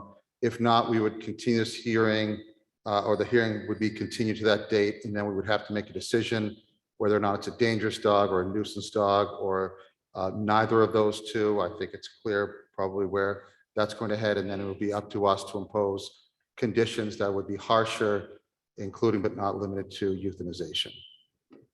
Ms. Cooley? Christina, I know this is really hard, but it sounds like you expect to hear from these agencies long before that 2-week period is up. I am hoping that if you hear and the outcome is not the outcome you want, that you will be able to be the responsible person to make that decision that needs to be made for the safety of the neighborhood. I know how hard this is, and I'm really sorry that you're dealing with it, as well as everything that your neighbors are dealing with during this. Okay, thank you. Thank you, Ms. Cooley. And again, I understand that as well. Actually, my wife's family had to euthanize a dog. It bit the postman a couple of times, and that was one of the hardest decisions they made, and continued to deal with. But it was the right thing for the family and the surrounding neighborhood. And as you heard from everyone here, it's impacted some of them short-term, but some of them are long-term and for the rest of their lives. So, we understand that you're now doing your best. You're going to continue to do your best, and we hope to have news much quicker than before our next meeting. With that, I ask for a motion to continue this hearing with the voluntary conditions agreed to by Ms. Santa Maria until the 28th of September at 6 o'clock. So moved.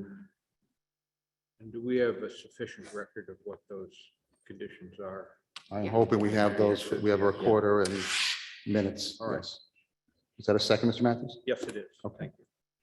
Any further discussion? Hearing none. Lakshmi? Yes. Marcus? Yes. Marianne? Yes. Dan? Yes. And the chair votes yes. That's unanimous. Thank you. Thank you all. Thank you all. You all. Thanks, everyone. Yes, please, to the town manager. This is, just to clarify, this is a continued hearing, so public comment or emails would still be accepted by this board before the 28th, including what we are now receiving. Thank you. Thank you. Thank you for. And those who need to clear the hall will give 30 seconds, so Thank you, Christine. please clear the hall if you're not interested in our upcoming agenda, and then we will Have a good night. Thank you for coming. call the Thank you next for sharing. item on the agenda. Thank you. Thank you.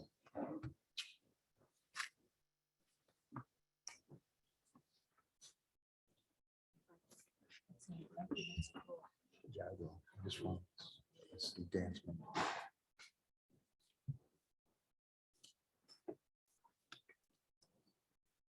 All right, if you could please exit the hall in an orderly fashion. We have town business coming. Next item, the Emery Grover project. Dr. Gutenkantz, Connie Barr, Chair of the School Committee, and members of the school committee. Please join us up at the table.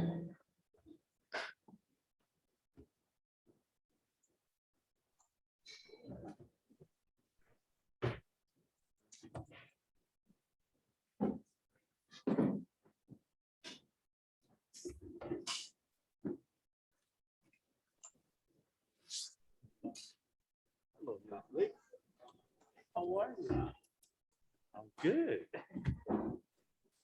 How are you?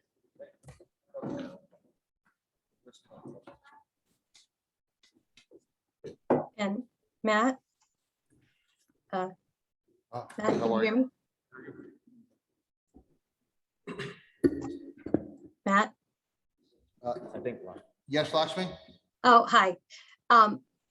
Before we dive into Emery Grover, I'm wondering if we can just do a few questions because Dan and the school committee are here that are emergent. Well, what I would like to do, I'm sorry, what I'd like to do is have an affirmative presentation by Dr. Gutenkantz and the school committee, and then there will be plenty of time for questions from this board, but I do want to give them the opportunity. Well, And I will say, in my family, we call this a command performance when you have to go to an event and everyone shows up. And I see all members here of the school committee, so I welcome you. I know how important this is for your board, and it's nice to see all your faces. Understood, Matt, but these, the questions that I would actually have are about the COVID situation. I've had a number of parents reach out and would like some responses to that before hearing about the future, because we are in an emergency situation. So I'm hoping we can address those before getting into this next topic. What I would like to do, again, yes, we will, I do not want to take this out of order. This is a notice for this time, but those will be addressed, and I see notes are being taken now to remember to answer those questions or come back to you for those questions when the time comes. So let me just, with that, I'm going to turn it over to Dr. Gutenkantz for this presentation for Emery Grover. Thank you. Thanks, Mr. Chair. Thanks, members of the Select Board. I want to begin by thanking the town for getting our schools ready for September. We on the school side with our staffing and our programming, we spent a lot of time over the summer working on projects, but the reality is, in order to open up our schools requires the efforts of a lot of people in the town side, the town manager's office, from the police department to building maintenance, building construction. In particular, I want to thank Barry Dulong and Shannon Elligan and their entire staff, because they really help make things clean and shiny and ready. Some new bathrooms at Mitchell were constructed over the summer. Some projects at Pollard, at Broadmeadow. So I really appreciate all the efforts and the attention that the town manager personally gives to making sure that we're ready for school. So thank you for that. Thank you. So I'm here tonight on behalf of the school committee to advocate for your support at the upcoming special town meeting for design funds needed for the Needham Public Schools. It's finally time for town meeting to make a decision about the need for conveniently located, efficient, publicly accessible, and safe workspace for staff that provides resources and planning for teaching and learning, operations and services for students, staff, and families, and leadership and governance for the schools and community. And those are the functions and the critical and in-person tasks and functions and services that we provide currently inside the Emery Grover building to serve our community of learners. Now, the school committee has decided that the best path forward is to support the need for design funds to renovate the existing Emery Grover building to meet these critical service needs. You have previously, I believe, received a copy of the renovation update, so I won't review it now with you unless you wish me to do so. Instead, really, we're here to be responsive to your questions and also to acknowledge that this project very much remains a work in progress as we gather additional information, consider new ideas that may shape the planning. For example, we are still in the process of updating costs for a complete rehab of Hillside, which is part of the ongoing discussion. We believe, we understand the cost to be similar to this proposal, but importantly, without the possibility of CPA funds, which changes the calculus significantly. However, we want to make sure that you, as members of the select board, the school committee, the finance committee, and town meeting have the most updated information necessary to move forward in a positive way on October 25th, because it's time. Now, there remain about 6 weeks until special town meeting, and the school committee, I know, is eager to partner with you to finally move forward. And really with that, Mr. Chair, members of the select board, we're happy to answer questions that you may have about this project and about these key and critical services that we provide in the Needham Public Schools. Okay. Thank you for that. Before I turn it over to the members of the board, Marianne and I are on the facility financing working group with members of the school committee and you as well, Dan. I know this has been a topic in the short term that we've discussed for months before the beginning of the summer.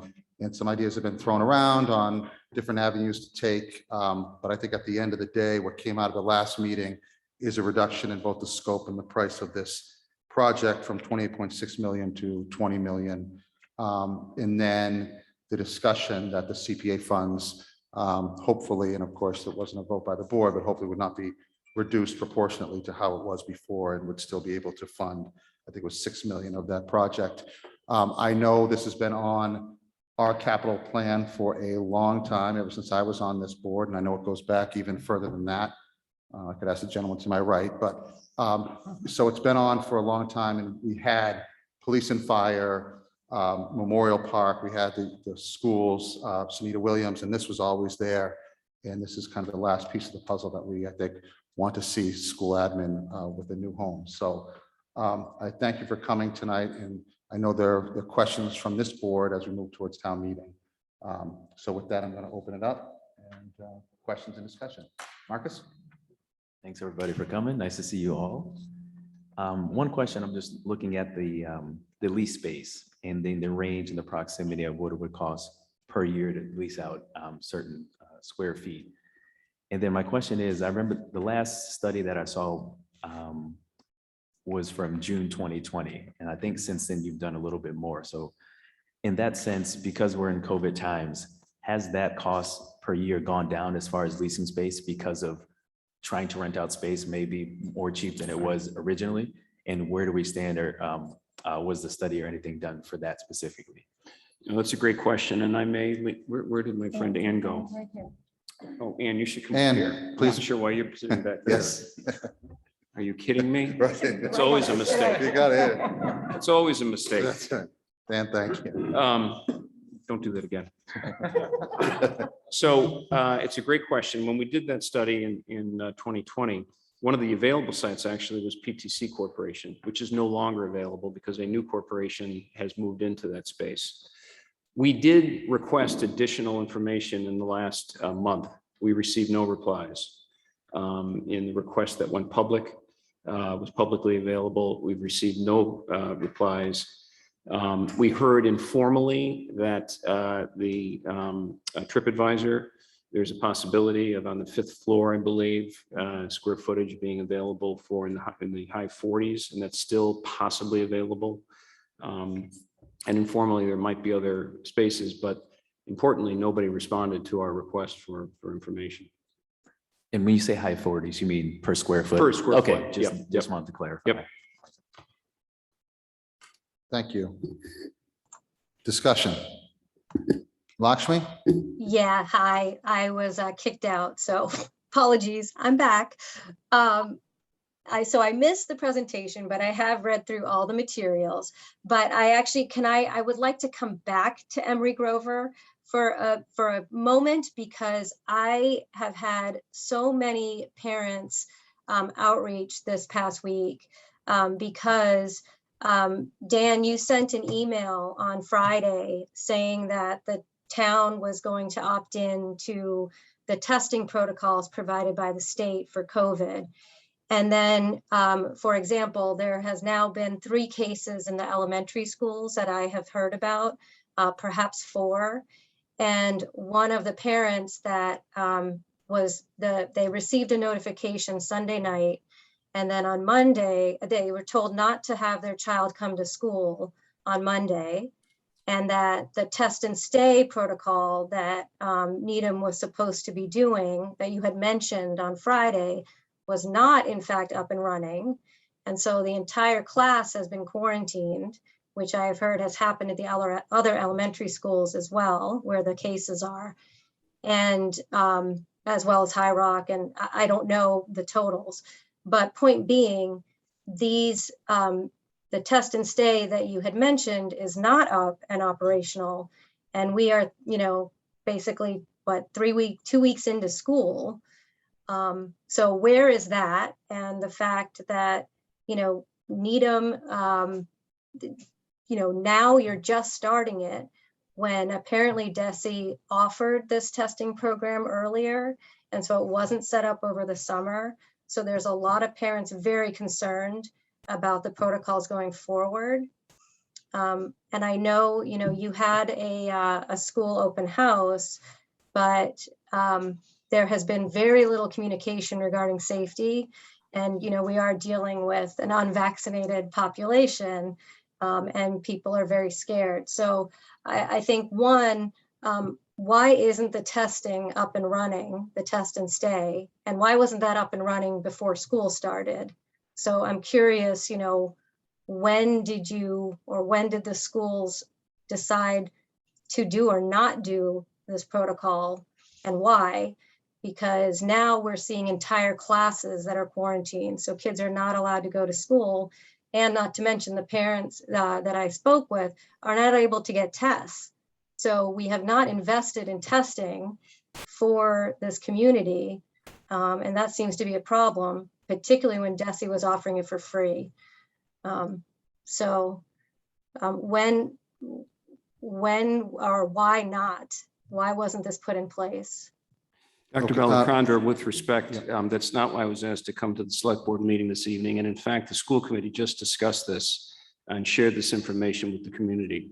So if I may, Mr. Chair, I'd like to keep the focus. Thank you. And on the Emery Ms. Grover Balachandra, I wanted to offer you, the respect. I didn't want to interrupt you asking your question, but this is a notice discussion. The school committee came here prepared to answer the questions in front of them. That's why I understand that these that are is why we prepared have an documents, agenda in but front of I us. would And I kind guess I of could ask object. this and end the question with asking, Hold- what would be hold the on one proper second. form for Ms.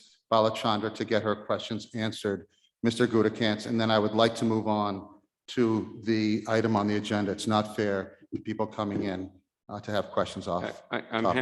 Any family that has a question has reached out to either the school committee or me, and I certainly encourage that folks use school committee at needham.k12.ma.us or Dan_GUTEKANST at needham.k12.ma.us. Okay, thank you for that. Okay, sticking Well, to Emery just Grover. one last comment, Lakshmi? Matt. Just one last comment.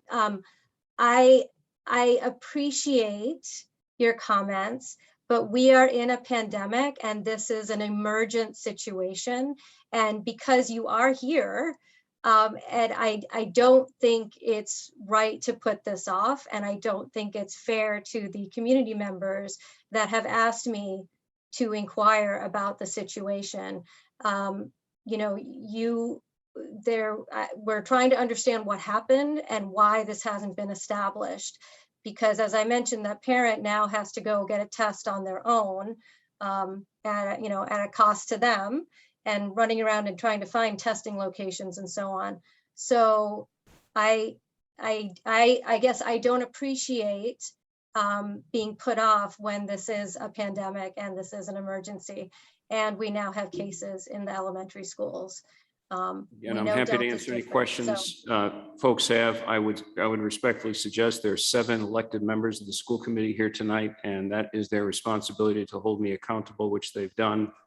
And again, if the select board, Mr. Chair, wishes for me to come to prepare information on our safety protocols in school, I will absolutely do that. And at any time, I'm not prepared to do that this evening. That's understood, and I will, and I'm assuming at an upcoming meeting, we will have, again, the health department come in with a COVID update, and we would ask that at that time, you're Absolutely. prepared to address, which I Just know you one will last be. comment on this. Those that may questions be have been too asked and late. answered, Ms. Balachandra, No, maybe not hold on. to your I just wanna- satisfaction, but I think I we would need just like to move have on. my statement on the record, because I have had an unbelievable number of parents reach out. And so to put me and these questions off is putting off your parents. And this is an emergency situation. And we know that Delta is highly transmissible. And so now that you already have cases in the elementary schools with our unvaccinated population, these are all things that we knew were coming. So I'm not clear why, frankly, you're not ready to talk about it when we Okay. have. We have cases heard in your the- comments. They have been received and recorded. But this is the answer you're going to get this evening. And just to keep asking the same question, we're just going to go in circles. So again, I ask you, Ms. Balachandra, Emery Grover, can you please ask questions if you have any on this? Sure. I'm happy to. Thank you. Thank you. So I guess my question is, why do you need to be at this location? I mean, and I have a follow-up to that. So I'm just want to understand why it needs to be at this address, your office. Yeah. So thank you. Yeah, it's a great question. And as we studied this over the last couple of years, we looked at what are the other available options in town. Unfortunately, there were very few spaces, and all of them, according to our designer in the process that PPPC went through, indicated that the other spaces, pieces of land, parcels of land rather, really were not accessible or really not available to the schools for another location.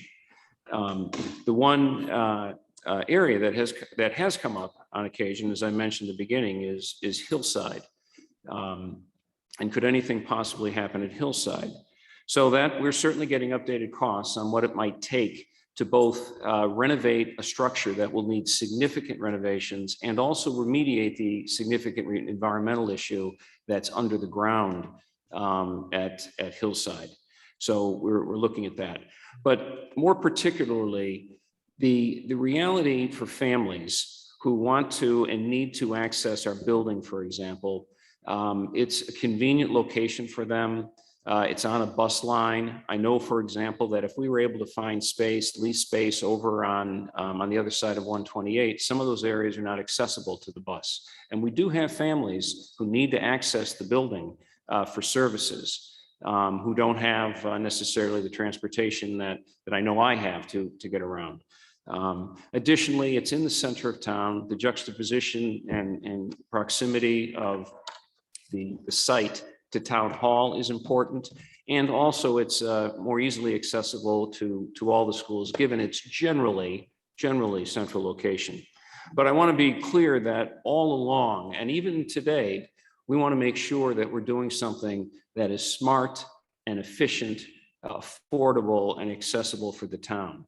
And if there are good ideas between now and town meeting that can be actionable, that would be great. But the time really is now to finally make a decision after a lot of things have been discussed. And I think that particular location on Highland Avenue works best for families, the community, and for the staff. Thank you. Questions? Yeah, I guess my Blonsky and then follow-up to was, Mary. sorry. Yep, Lakshmi, yep. Oh, sorry, I did have a follow-up. Thank you, Matt, sorry. My follow-up was that, well, the central location is needed for families, whatever families need to come to a certain offices, right? Just a few offices, not for everyone. And then is there, I mean, that is such a, like a walking accessible location. I was just curious, do you ever walk anywhere from there? And finally, what is the need to be so close to town hall? On the latter part with town hall, there's certainly, if there were another parcel in town and it would be affordable to build there and it would be accessible for families and staff, that's something that we did explore, but it didn't work out. Town hall, I think I am frequently back and forth between town hall at meetings. I know the town manager and her staff in the same way. We are back and forth. As far as walking, I actually walk to many of the schools from here. And on a weekly basis. But it's not really about me so much as it is about our families and staff having the right location that, again, is accessible and as conveniently located as possible. It so happens this parcel is under the jurisdiction of the school committee. It has very limited use and value beyond what we're using it for now, given the constraints, the deed restriction in the back. So we have, as we've explored it, thought this is a parcel and the benefit of an historic renovation that can be potentially partially funded by CPA funding, to me, makes it an efficient and an affordable project for the community. Thank you. Mary Ann? I was just going to make a comment where Dan mentioned the notion that you're getting updated costs related to renovating Hillside. I think it's important for people to keep in mind that we looked at the costs to renovate Hillside and made a decision to build a new school at Sunita Williams. So those are non-trivial costs to reuse that site for the long term. The only way that the town has been using that site is for very short-term purposes. And even those have a clock on them that I understand ends about 16 months from now. And at that point, all the provisions that have let us kind of skate through the various things that we are not doing to make improvements there will come to an end. In fact, if I may, Ann, in 2000, when we studied Hillside, the cost 10 years ago escalated to today is around 16, 17 million. 16 to 18 million, similar to what this project is, but that does not include remediating the environmental issue, which is a significant cost. So we do want to, and we are going to get some updated costs to inform you, school committee, and town meeting. It would not include CPC funds. It would not include CPA funds, correct? Just briefly, because there has been a change with reducing the square footage and the cost. Can you just give a quick update from those people who have seen it prior, and then what has changed since that iteration? Visually, we extended a wing in the back of the building. That would all be new construction. After a lot of consideration, deciding to keep IT and IT services in the schools, Broadmeadow and Hillside, reconsidering from comments, quite frankly, from town boards, from citizens, from staff, that maybe there's some opportunities to reconsider, create more collaboration space, pull back on some spaces in the building. We've been able to, that wing, if you will, no longer exists, and everything is contained mostly inside the footprint of the building. I say mostly because an elevator, for example, would probably be an appendage to the building. Thank you. Question, Marcus? Yeah. Obviously, the question that's come up so much is about Pollard and Mitchell.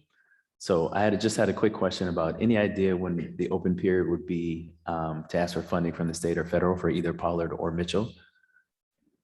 So Then I have a follow-up. the Massachusetts School Building Authority annually has a window they open for what they call statement of interest, which is your kind of your first step in the process. I anticipate, Ann and I anticipate they will open it in the late winter, and then they'll leave it open for a few months, close it in the spring. And they'll get all those applications from interested parties. They will sort through them and make a decision probably late the following summer or fall about which communities will be invited into the program. And from there, then you begin a very long process to engage with them on what project you want to do, how you want to do it, what they will fund, the timeline, and getting funding for that. Okay. And then the follow-up was, so for instance, if we're not invited to that discussion or able to receive funding, does going forward with this project affect our timeline for Mitchell and Pollard if we don't receive funding? So we're not looking for funding for Mitchell at Pollard right now, because that process, by the way, and thanks for mentioning it, we are with the encouragement of the facilities working group that the chair mentioned earlier, where we've engaged the architect again to come up with some other possible timelines and a different way of looking at those two projects. So those are moving forward on a parallel track. This is also moving forward, two different projects, two different funding sources. And that's very important because one can't be funded in the same way as the other generally. And I think I answered the question. I might have missed something. What did I miss? No, I think that was fine. About funding, if you didn't receive funding, if this would affect this project, but. Is there you made something it- else? Mark? Yeah. Yep. And then a follow-up to that. As far as funding, hold on, I had something. I think I lost my train of thought. You lost yours, I lost mine. I'll get back to All you. right, get back, please. That's fine. Discussion? I have another Lakshmi? question. Yes. Yeah. Dan, did you want to go? I'm sorry. Nope. No, okay. Go ahead, Lakshmi. You have the floor. Okay, sorry, thank you. So Mary Ann mentioned that the hillside study and that would be ending, but has the study been done? Because this would approximately, you said it would be about 40 people or so that would need office space. And so that is a much smaller construction or endeavor than a school being put in Hillside, right? Or even the temporary capacity for the police and fire departments to be there. So it seems like that might be a feasible possibility given the smaller needs. There's also, we were just in the Memorial Park space, and I know there's some question of jurisdiction, but that seems like paperwork more than, or, redistricting versus, as a roadblock. So I'm curious, as you really think about the space that you need, I mean, this does seem like a very large space, including a lot of office space, right? Including yours, to assign for really a very centrally located, great space for the town. And at a cost, as you've probably seen, I've done the math, and we're talking about $400,000 to $500,000 of investment per person now, even with your pared down numbers, versus over 700,000 for an office endeavor here. And I think when you look at the math, space rental, I know I'm unclear why an RFP would not be answered. I'm curious who you sent the RFP to and what that process was, because office space is certainly hungry right now, pandemic times. So given the smaller needs of this division, I mean, it seems to me you could get some fabulous, really nice office space for a fraction of the cost. So I'm curious if that research, and if you need help with that, I'm sure there are plenty of people that can volunteer to do that, or even the new construction for a smaller space at Hillside. Thank you, Lakshmi. Question? Well, no, yeah, just on the lease space, we have explored that. We will certainly continue to explore that. And if, anyone is listening out there in the town of Needham and has this space that is conveniently located, and that's important, accessible, efficient, and safe and affordable, that's one thing. Please let me know, and we'll have that conversation. The other thing, though, and I would have to defer to the select board and the school committee on this, is at some point you would have to do a cost benefit analysis of does the town want to sink money into lease space over a period of time rather than owning its own building. And that is that's for a group that goes beyond what I can really guide you on. But it's a related conversation and an important one to have regarding lease space.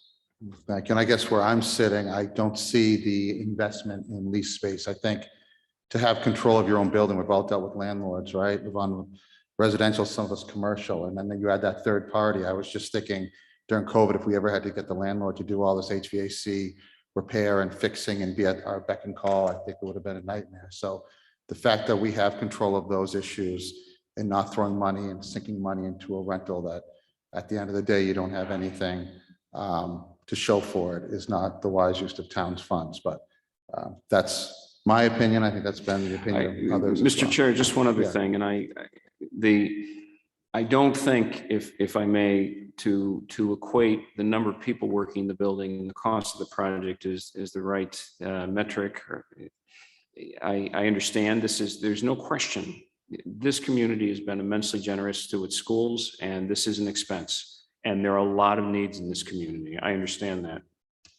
I think, though, that I wouldn't look at it as 20 million divided by 42 or whatever the number is. I would look at, if we're going to use that metric, 20 million divided by the 5,900 students, plus the 1,000 staff who all benefit from the resources and planning, the operations and services, and the leadership and governance that occur within that site. I think that would be a better formula to use. Thank you. Marianne? I was just going to make 2 points. First of all, back to the lease space. It was my understanding from a conversation I had with Ann that Ann did in fact call the brokers as we were trying to figure out if there were possibilities for lease space. So we certainly indicated our interest directly to all those people. Correct. It And was sent to all the brokers. in time. so doing our best to beat the bushes and to get some possibilities on the table so that we could understand if that was even an option. The other thing that it strikes me as interesting, and there's been a lot of discussion about the fact that so many people have moved to remote work. And certainly I'm on record as saying I can go and turn left anywhere on Central Ave these days because nobody from Dover is apparently driving to work.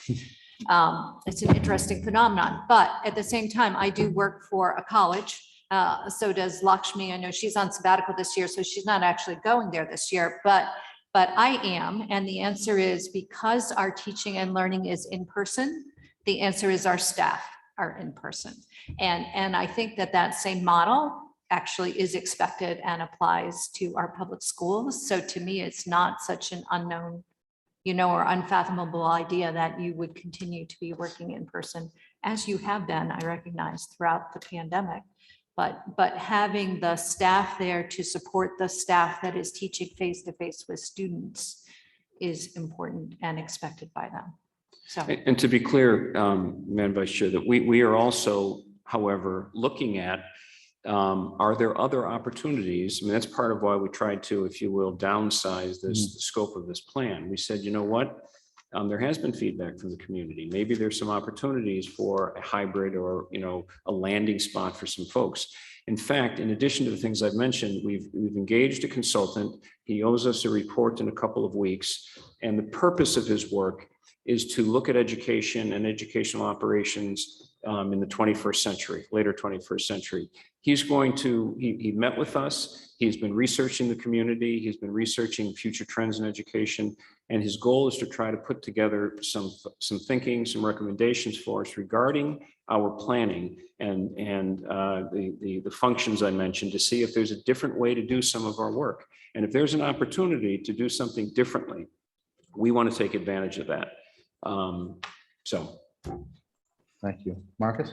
And then just to piggyback off, what you said, Dan, if that is found that the consultant comes back with alternative methods to do that, would that take more off the cost from it went from the 28 to the 20? So if that happens, does that mean that in some way, does that affect that? Or does that have nothing to do with the cost? If we're able to do more of a hybrid model or alternative, I guess depending on what the consultant says. I'm just trying to see. It does depend. I think my brief answer is I don't know yet. I haven't seen what he's going to recommend. I would say, though, that in anticipation of his work, we already sat down with the designer to really try to squeeze as much as possible. One of the things that we do in Needham is we support the schools in a big way, but we never build big schools. We never build schools that have too much space, which is why we've had to come back at Needham High School, which is why Sunita Williams, which is built for 430, now has 510 students in it. So to downsize it even further, I think would be a detriment to future generations. I think, though, it could mean that there might be spaces that could be landing spots for positions that we don't even know about yet. And that we might be able to think differently about those new positions rather than saying, okay, we can lop off a floor. I don't think that will realistically come out of it. But as I said, we haven't gotten that yet, and we'll make sure that, we share that out with everyone. Mary Ann. And Matt, can I? oh, Mary Ann sorry. and then Lakshmi. Okay, thank you, sorry. I'm just going to make another comment. Dan said that Needham never builds big schools. And the answer is sort of that's true, right? But that also comes because we have participated with the MSBA, and the MSBA does not build big schools. They will not let you build more than 10% larger than your enrollment forecast. And the answer is every time we've had to do that, our enrollment has grown by more than 10%, but that's all they will let you do. So we design for that 10% over point, and then we live with what we have, and we work and we do shoehorning additions. But yes, so it's not really just Needham will not do this. True. Lakshmi? Oh, thank you. And I wanted to add to both what Mary Ann was saying and to what Dan had said earlier. So Mary Ann, the forecasting is fascinating, and Connie actually sent me the forecast, and it looks like even, our younger population is expected to grow even more, right? So the capacity, the school building, thinking about Mitchell, for example, and its capacity and what it might need to be as opposed to what it is today. So definitely an area of interest. And we actually had a comment from Stephen Frail, to even say, would it be possible to combine a Pollard renovation with new administration space, and house people temporarily to combine to add extra administrative space. So I wanted to actually build on what Dan was saying, because I think, and as Mary Ann said, you do obviously, as school administration, we want you to have really great space. I think that's really important for you to have good space, good, a space to go to, even though, Mary Ann's going, I'm not right now. But it's very important to have that area and a workspace. But I guess my confusion is that it's being entangled with renovating Emery Grover and used solely for that purpose, where it seems like there might be a way to have really nice space at another location, whether that's a new thing at Hillside or renovated, building there, if it's using some of the space we already have at some of the schools especially for those public facing positions. So, rather than having this giant administration center, to think creatively about how we might use space in a more, usable, public facing, friendly, but very nice and workable office space for, our administration. So my concern is that to entangle this with Emery Grover still does not resonate for me.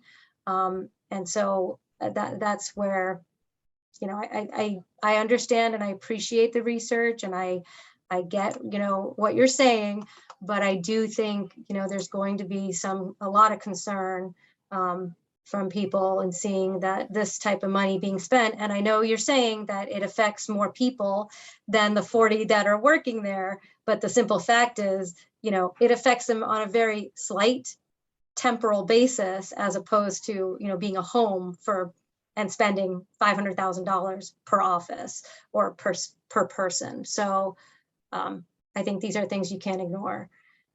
When you're thinking about spending on space, if you want to spend that kind of money to renovate Emery Grover, it should be able to be accessible by a lot more people, maybe a community center or something that the students could go to. So I'll stop there, but. Excellent. Thank you, Lakshmi. I guess just addressing the options that you looked at. I know there was a discussion in our financing group about adding it on to, if we built a school in the future, adding it on to there, or maybe decentralizing But from what I've seen in your discussions, this is the best option and the option you support. Well, and let me, decentralization is not, when I think about the functions we serve and the juxtaposition of these services, they're interrelated, they're interactive. I think it's important for them to be together. I think it's actually critical. If the MSBA allowed administration space, operation space to be part of a building program, and they will not support that, that would be a path to pursue. But there's another consideration. Needham does not have the sites to allow that.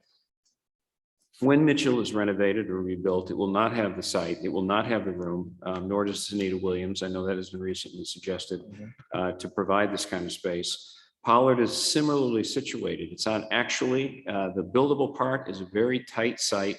And frankly, the neighbors already think it's too big. It's just, where we're at. The community is growing. Good things are happening because of everyone in town meeting, the select board, the school committee.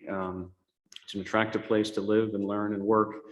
But that pushes, and there are constraints with that. We're still open to, and we're continuing to think about good ideas. Thank you. I'm just one more round at the question, comments. I'm looking at the hour. We have still a lot on our agenda. So I'll go to Marcus. Yep. And then the next question would be, as we're thinking about carbon footprint and reaching net zero and kind of what we did with Anita Williams as in correlation to what we want to do with the Emery Grover site, how is that going to be different? And then how we are going to make that a priority as far as the building and sustainability and what we're doing as far as, I guess, achieving that, because, Needham went green, just recently, and then we're forming the Climate Action Committee. So just your thoughts and comments about that and how we're putting that to the front of the line. I think there has to be some design work to decide exactly what the building will be like. I do know that part of the original component, the original design included some solar panels. To what degree those can remain in historic renovation, I don't know. But there are many other opportunities regarding the certification and the energy efficiency in the building that I know this community will absolutely expect to approve. And in fact, I think the overall cost that we're talking about for this particular parcel provides the room to make sure that those things happen. Okay. And just to follow up. Absolutely. And then this is the hypothetical. If this goes to town meeting and doesn't pass, what happens after that? What is our next step? Emery Grover is obviously, we can't be there much longer regardless, is what it seems like. But as far as expanding, and I'm just throwing out having, Memorial Field or pushing into buildings. I know you said you wanted to be centralized, but what would we do in that case? Well, the Memorial Park is not an option. Okay, for us I'm just because asking. Yeah, that isn't an option for us. What I would propose, if this does not pass a special town meeting, I would propose that the school committee immediately begin considering leasing property for the immediate future. That would have to come out of townwide expenses. The town would have to figure out a way to come up with not only the lease cost, but also the cost to outfit lease space, which are $2 to $3 million. So that we can get out of Emery Grover. And then there would have to be some consideration of Hillside, which quite frankly, I think would be just trading the dollars from one end of town to the other. Thank you. Thank you, Marcus. Marianne? I was just going to say one thing, Dan, you didn't say, but I believe that Emery Grover is the least energy efficient building that you have. And to say that it's the least energy efficient, the answer is it is, circa 100-year-old building, and we heat the world from that building, correct? It's a sieve. Yes, I would say that would be fair. Fair to say. So it will, anything that we do there will be a huge improvement from the town's energy footprint. Great point, Marianne.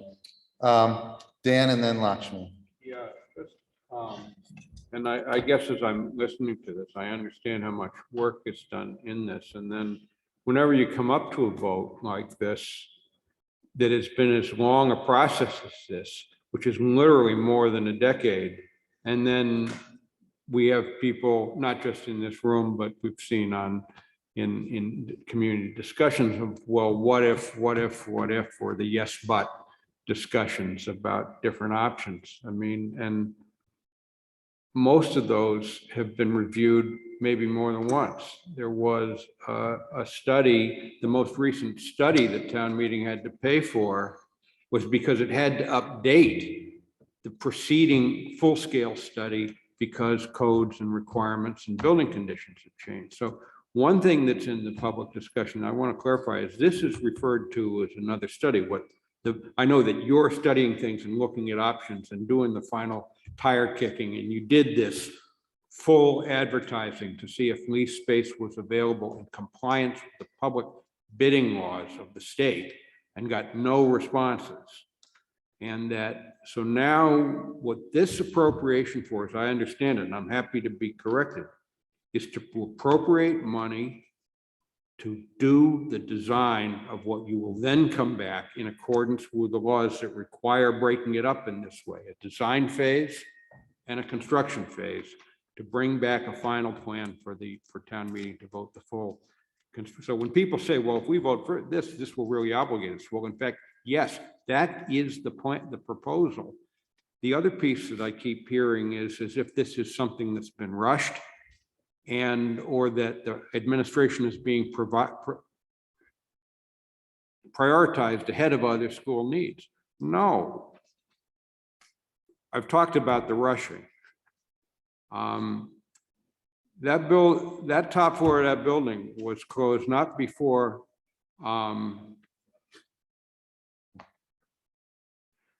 you were born, Lakshmi, but before I was born. And it used to be an assembly hall, and if we're going to ever make good use of that building again in the way that our townspeople 30, 40 years ago, whenever it was, they named that building as an historic resource and wanted to put on the National Register because they felt that it had that value. We need to get to work. And administration has actually been put at the bottom of the list for decades in terms of getting to these issues.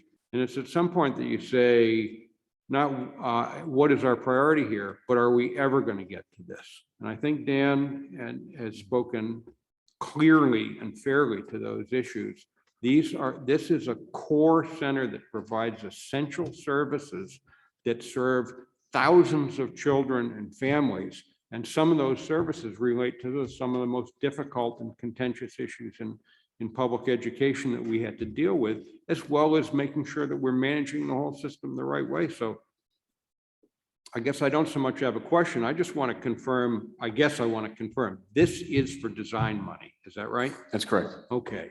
And I guess I would say I am satisfied with the work that you've done. I'm happy that you're continuing to kick the tires on this, but I'm convinced from my time in this corner that it is time for town meeting to make a decision and go forward. I guess my main questions have to do with, we know that we don't have unanimity. Is there anything else in terms of answering questions that you see in the community or points that you want the public to understand about this so that we can earn the support of town meeting in October? I would say that I want to be clear. This is not about a building project. I've been involved in building projects, and there are buildings that you can just place people into. Some of them are empty now, and it would just be easy to park them in. This is about serving the children and families of the Needham Public Schools in a convenient way and an accessible way. We have the juxtaposition of the cohesion and juxtaposition of our programs is crucial, I think, I'd like to believe, to the success of the schools in Needham. It's not happenstance, it's planful, and we continue to see how we can improve it and make it better. So it's not about a building project, it's about making sure that we can continue to serve this community in a way that allows for resources and planning, operations and services, and leadership and governance. And the last thing I'll say, I've been your superintendent for 16 years. It has been the best part of my career. But I have to tell you, I no longer can justify carrying people who use wheelchairs up and down inaccessible steps and apologizing for that. The time for that has to end. And so the question about what would happen if this does not pass, we need to get out of there. We need to figure that out.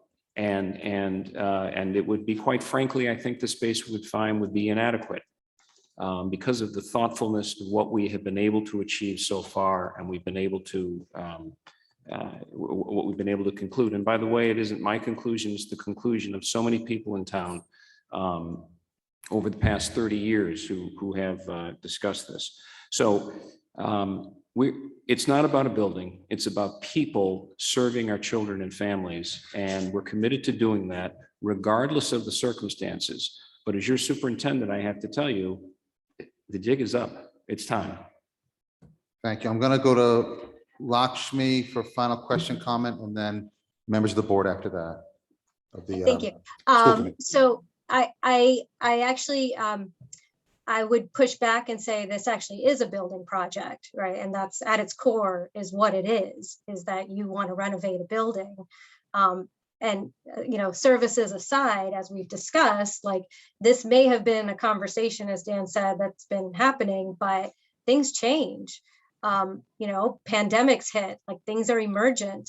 And you may have done these studies and done this analysis based on a prior market condition that simply doesn't exist anymore. As in, you know, WeWork was able to expand thinking people were wanting to find temporary workspace, and, you know, look at what's happened. So I also think this is indicative of our priorities. And I think no one on this board or anywhere would argue that we want our school administration to have really good space. I think that's critical. What I do, again, I'm pushing back on is that this is proposing a building project, an expensive building project that would only serve office capacity. And that is where there's a disconnect. When we know that real estate is super valuable. I mean, I've even had people suggest, you know, we should be selling that location to fund building new projects. Like, why is this a priority to keep as school administration housing? I agree with you. I think you simply cannot stay there. I don't think it's a good, or, you know, utility has definitely run out from 16 years. I think it's time to move, but I am complete disagreement that this is about the building itself. And that's where the, things change and priorities do need to shift to adjust. And we have had this emergent, I'm going to go back to COVID for a moment, because, you know, and where's the investment? And to justify investing in a static building project, especially even a $1.5 million study, just seems unconscionable at this point to me. So that's where I land. No, that's fine. Thank you, Lakshmi. You've been, your comments have been duly noted. I'm going to now ask if members of the school committee want to comment. Before I do, I will say, you know, you talked about the age of the building. My aunt and uncles actually went to high school there, so it is an old one. Okay, but with that, Connie, I think you want to, as chair, say a few words. Let me offer to my colleagues to see if anyone else wants to speak. I believe let Dan carry the load here, but this has been a project that has been in process for a long time. It's been thought out carefully. We've thought about other possibilities. We thought about the functions that are necessary in that building. We've thought about the fact that space is not as valuable to others as one might think. And such things, Lakshmi has mentioned a community center. I suspect there would never be enough parking, for instance, never be enough space to create such a thing at that site. All of these things have been thought about. One of the things that I think is most important is that we need to be able to serve our families, whatever their ability is to communicate with us. Some people have to come into the building and they need to move from one part of that building to another to manage to register their child or whatever. We forget about that sometimes. To think about using the 5th floor of TripAdvisor is, I'm going to say, anathema to me. That would be a very hard place for many people to reach. We've looked at possibility of renting. There's not enough space in any other building in town. No other major town group is being asked to spread their their workspace around in a great way, and we need to move this forward. And I said I was going to let my colleagues speak first, but we don't need to leave Dan carrying the load here. This is something we've worked hard on, the options, the possibilities, the timeline, how it relates to our other building projects, which are totally different timeline, totally different funding source, and totally different need to figure out. So we support building the building we need at that site, not just because we can't think of anything else.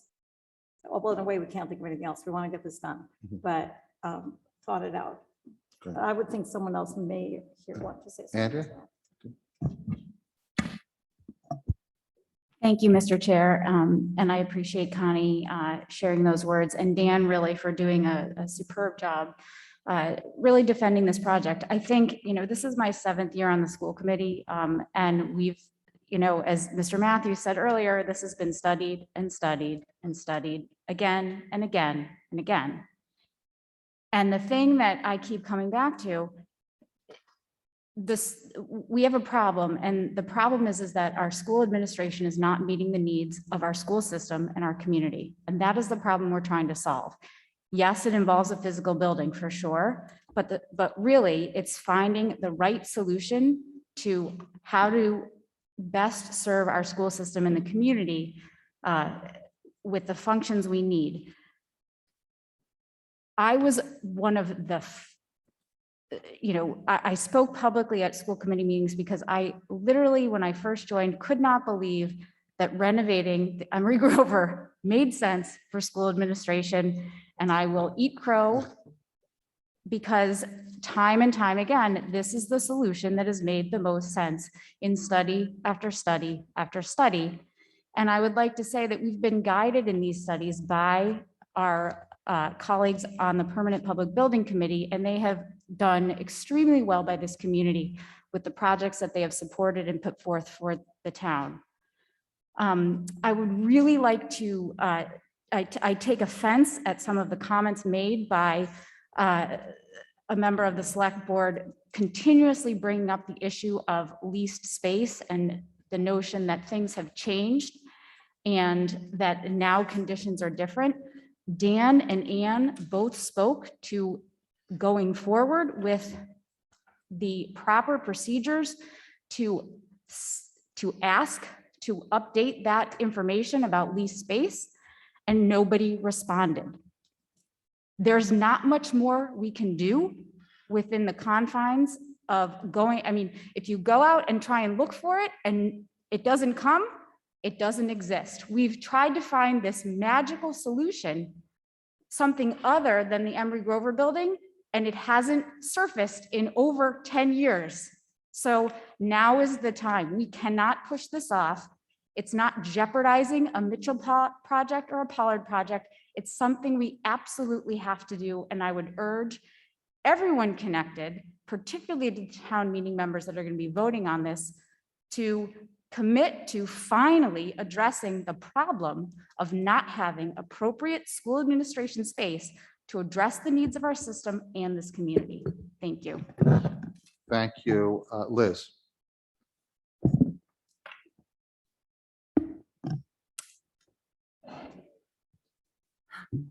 Thank you, Mr. Chairman and other members of the Select Board.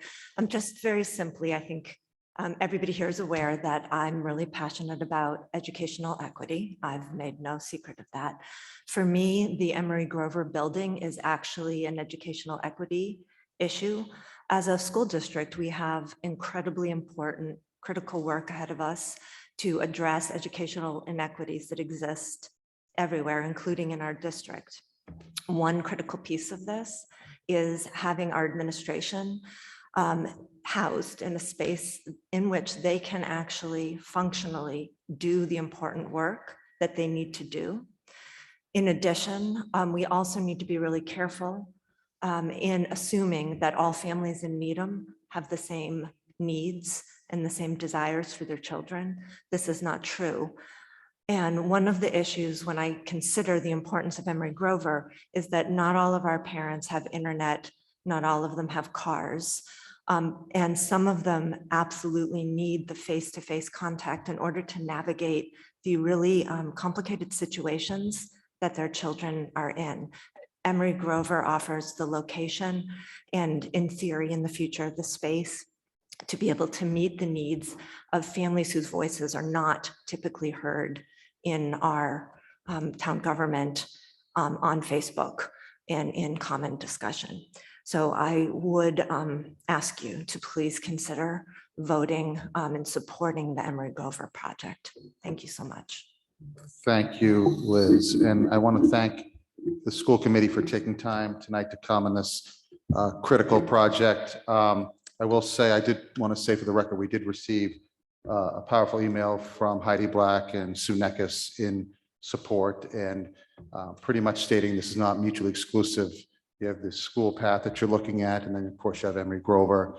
I thought to myself, the day that the schools aren't advocating for upgrading schools when it's right and feasible and able to do it is going to be the day I don't want to see. That's not how it is right now. And you would never let something fall by the wayside for another project. So the next step for our board, of course, is to discuss this when it comes after we close the warrant and upcoming meeting to vote this up or down in support for this project. And our board at that time will again get to debate the question whether or not we should support this project. So that will be at an upcoming meeting. So with that, I want to say good night. And again, thank you for coming. Please let me know when we can come and talk about About health COVID. and safety in the schools. I'm happy to do that, particularly with our partner, Tim McDonald. That'll be terrific. Will do. Thanks again. Thank you. Thanks for coming. Thank you. Thank you.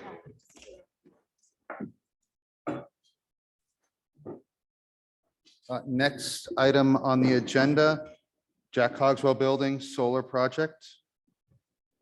Stuart Chandler, Hank Half, Beth Greenblatt.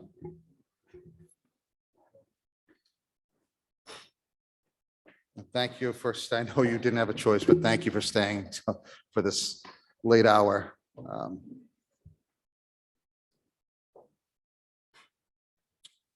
All right, so you are here regarding a proposal to put solar panels at the Jack Cogswell Building. And I don't know, Stuart, do you want to lead off with this, or Hank? Okay, Stuart, the floor is yours. If I can, I'll just give you a backdrop. I Great. appreciate the time and good evening all.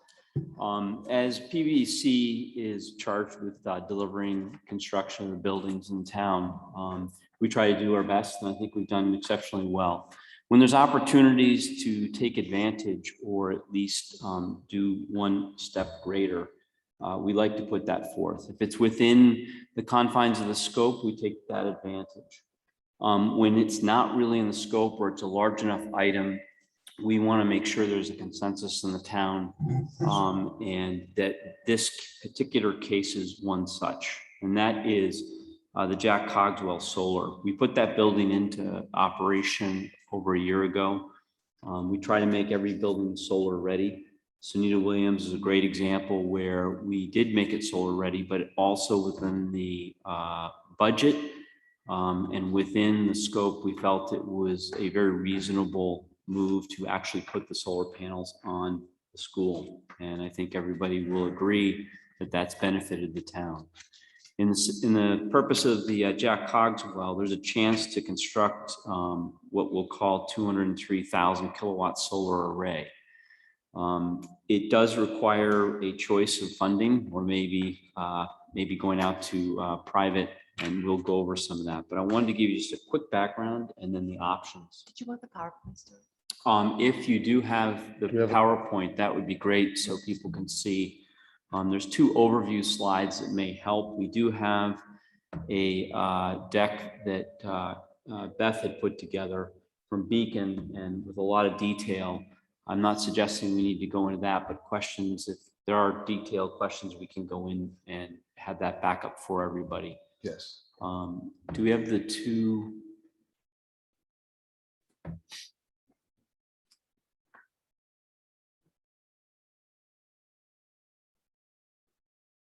Yeah. Is that up there? Okay, that's the slide deck. Do you have the two overview slides, which may be easier for everybody to start with, and or I can just talk to it? That's fine. So keep that there. Essentially, what this means is that the solar array actually can produce a significant amount of electricity, of which only 10% would be required for the Jack Cogswell, and the other 90% could be fed back into the grid and get net metering for the town. And essentially, we could be offsetting town utility costs of about $1.4 million over 25 years. There is metrics here. There is a lot of work that has been done, and we've undertaken, as PVC, decided to spend some small funds from the contingency. And by the way, the Jack Cogswell came way under budget. It's got $2.5 million in its contingency right now. So there is a lot of room to work with this, but trying to be responsible and respectful to everything, we feel this is an important thing to bring for consensus. But anyways, if you think about the solar panel saving 170 tons of carbon dioxide, it's pretty impressive. There is far more in the packet, but I think in the interest of time and what we have, the important part here is, what is the approach? What's the best approach? And there's really 4 options to go forward with this. One, to borrow, and there's a couple of different scenarios in the borrowing case, which would get a break even to actually a net benefit of $400,000. There is a grant funding, which is probably not doable, which could get $1.2 million in net benefit. There is a town cash capital option, which could potentially produce $608,000 in net benefit to the town. And then there is a go to a third party, similar to what was done at the RTS, a PPA, power purchase agreement, which could produce a $331,000 net benefit. That's the lowest of the options when you compare the best of the 4 options. There's certainly more information, and Beth can certainly go into more detail, and maybe if I can ask her if there's time to let her just bring a little bit more clarity to this, and then turn it back to you. But I think I just say, from a PVC perspective, as a committee, we are strongly urging and recommending this action, because I think it has a tremendous amount of opportunity for very many reasons. Thank you.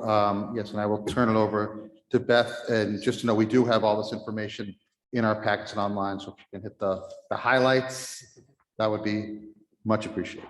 I'm happy to do so. Thank you for the opportunity to be here. It's been my pleasure to work with these folks in looking at this and evaluating the various options. As you had indicated, we have looked at 3 options in which the town would borrow. We looked at different borrowing rates in consultation with Dave Davison to ensure that we were covering the range of conservative and other potential options. We also evaluated 2 different pricing options, again, to allow for some level of conservatism in our assumptions.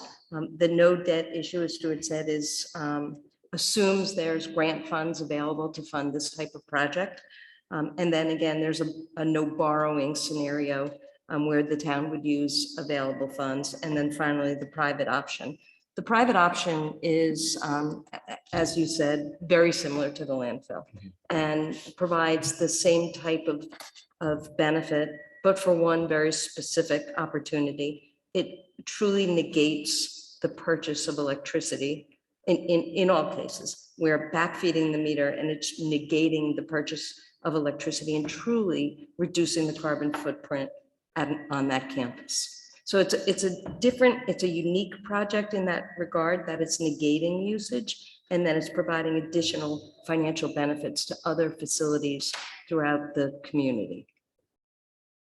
I'm happy to go through any of the individual scenarios if that's beneficial. Sure. Well, just a question, because I know the Finance Committee brought up the idea to have this as a private enterprise. Are you saying that, and I know the benefit isn't as great, but as far as are there benefits to you that would outweigh us doing it through other options? Or I'm just trying to understand where you land on the privatization as we did at the RTS. The benefit of a privately owned facility is the private entity is able to realize some economic value that the town cannot.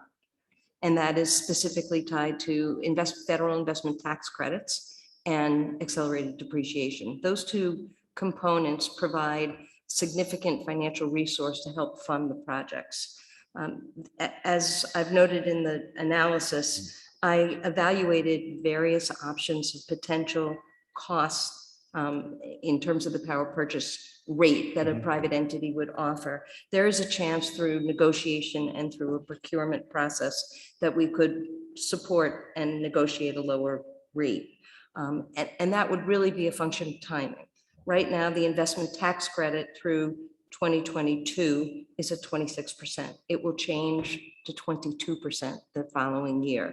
That will obviously have a financial impact on a private entity, and therefore that would transfer into a higher rate for the town under a private facility. Okay, understood. Stuart? You can I just add to that but when we looked at the options, realizing if you go out to a power purchase, and I think there's also, and we talked about this afternoon, Hank, is that there's probably the town would get a lot less benefit with the programs that are out there. Right now, you got 13,000 in approximation of a power purchase agreement.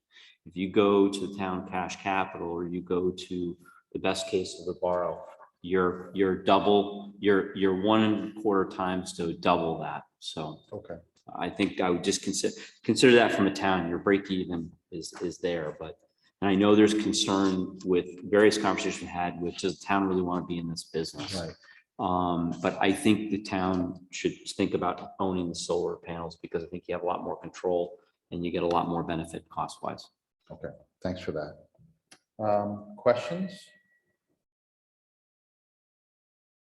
I guess, just to kind of, you've given us the 6 options here, and really there's a lot of data and detail. But are you really down to saying we're choosing between 1 or 2 that you see as best, or one that you really think you're pointing to as your recommendation? And in any case, why? So the options are here. I think your grant funding is going to be pretty tough. I think it's going to come down to the financial director and how the town wants to, which option is optimal for the town. If I may turn to my friends here and pipe in, but I think that's what we've discussed over the last year, and certainly the last 3 or 4 months of having various conversations. I think it just comes down to what the town can do. I think that we feel from a PVC standpoint that the borrowing case makes good sense with where you guys are now. The funds are, well, I shouldn't say that. The contingency is there to support it. But I don't know ultimately what the financial director and how you want to run them. So those are really, we show them as options. Well, they're not really options, they're scenarios 1 and 2 and those project, here's your most optimistic outcome, and but that's the path that you would see as the optimum based on your committee's analysis. Yes, we would go after the borrowing. If the cash capital was there to do that, that would be probably. And how do our friends at the finance committee feel at this point, as far as you know? If I may speak from the meetings that we've had, they are very much more in favor of a power purchase agreement, because they don't feel we should be in the business of this. But I don't know if they've given a formal vote or anything else, but I think it's a fair position. We certainly like to, the more we can. It's always good to get agreement here. Right. I think it's a question of opportunity cost. Thank you. Money for solar versus other things. Thank you. Right, and that was what the meeting, that's what they wanted us to look at, is if it's a viable option. It does seem that it's viable, but again, the question is it worth it for us, and do we have the capacity to maintain and control it? And we might think that we do. Kate, and then Mary. Just that we do rely on bond counsel to tell us whether there is also the option of the fact that the building was built partially by tax exempt municipal bonds. So we are making sure with bond counsel that it is a viable option, but Beth has been good enough to cost out what the financial impact is. So we'll have full information for you and for the finance committee before you need to take a vote. Okay. I would, Mr. Chair, in order to make this project go forward with borrowing, the proposal is to, and we have included in your warrant, an article that could be used if you decide over the next 2 meetings that you want to do this. And that number, I think, still needs to be vetted out through the PVPC, and the Finance Committee hasn't discussed that amount either. The notion being that there's an outstanding appropriation of about 2.5 million Yes. that's available, but the article would go to town meeting, rescind the balance, and then reappropriate, so that it's clear that we know what town meeting wants to do in this case. And I think the PVPC is very sensitive to not moving forward without everybody being on the same page. Great, agreed. Mary Ann? So I certainly support that as an approach. And I would just kind of note for everybody, in an ideal world, right, once we make a decision with this climate committee that we're putting forward, we'll have a policy that will say whether buildings should have solar on them, you know, what the standard should be that we're building our building towards. So in the future, we wouldn't expect to have to revisit this. So this is sort of at a juncture where we haven't made this decision. It's an opportunity. We don't know for sure that we are going to decide that we would put solar on every building because we still haven't had that discussion. All right, but it seems plausible, and the committee has recommended that, in fact, they do think this is something that the town should be pursuing. So I just want to lay out the big picture of where we think we're headed, which is to have a discussion about, are we putting this in all our buildings? Completely. Lakshmi? Thank you. Thanks, Mary Ann. That's exactly what I was kind of thinking about too. But I think, Kate, the explanation of the appropriation is very good to include, because that means that there is an opportunity here to move this project or get it started, at least if we are, you know, dedicated to thinking about green energy and using the space in this way. And, you know, these projects, like you've illuminated here, right? They take a very long time to show returns, but that's almost, you know, besides the point of what the kind of the social returns are from a town investing in this way. So thanks for these scenarios. I think it's a question of, like you said, the financing, but I think it should, hopefully we can get something on the table for town meeting. That would be great. Okay. Thank you, Lakshmi. And I don't want it to be lost in all of this that you did have such a large turn back because of your managing of the project. I know there's been a lot of discussion on how it's going to be used and going to town meeting, but really kudos to you and your committee for such a large turn back and managing the project. So I think at this juncture, and I agree in the future, we have to figure out a way if it's through town meeting or through the committee, that this is going to be kind of an automatic if we have some extra funds. But for the meantime, we do have a placeholder article that'll be in the warrant, and then we will decide. I just would like, I guess, to think a little bit more about the private versus public and what our capacity is as a town to handle that, because clearly we are giving up substantial dollars, and if we feel confident that we can handle this, I don't see the reason to. And with that, are there any further comments on this? Oh, sorry, Hank. I'll just say there is a summary sheet. It's a separate 2-pager. It's in the packet. In the packet. And it does summarize our best guess, I should say, Beth's best guess at what the 25-year benefit would be and what the average annual benefit would be. PBBC has been proceeding with just keeping the project alive. So we do have SMART. We have allocation under the SMART program. And we think whether it goes PPA or grant funded or capital or borrowing, all of those would take advantage of those SMART payments. Great. Mary Ann and then Marcus. As I'm looking at this, I've forgotten, it hasn't come up in the discussion. Isn't there a payment we needed to make to get the process to continue? And remind me of that amount and the timing. Yeah, let me just, we have been taking a hedging our bets. It's a small, I think it's 7,500 that we've got to pay. While this process of consensus is going, we're keeping the payment. It's a small payment. So if everything comes together, it just keeps going. We can stop at any time. If everybody says no way, all we're out is a small set of fees. So I believe it's 7,500 in October. Maybe slightly less, but less now. Yeah, It's about 4,700. Okay, great, great. So that's about what we're obligated to and gets us to town meeting. And we're going to do that, The no matter what, commit, just the to keep it going. forward, PVC is, voted on its behalf to take that hedge and do it. Thank you. We felt it was a responsible thing to do. And if we take the PPA Mhm. approach, that can be transferred over. Perfect. Thank Okay. you, Hank. Thank you. Yeah, thank you. Marcus? Thank you all for being here. As far as the borrowing, I know you said, or sorry, the grant funding, that's the least likely. And then you said, was there a reason, just to follow up, why that probably won't happen for us, or why you think that's probably less likely to happen? We were hoping we could use our ARPA funding, Oh, but we yeah. can't. Oh, sure. Okay.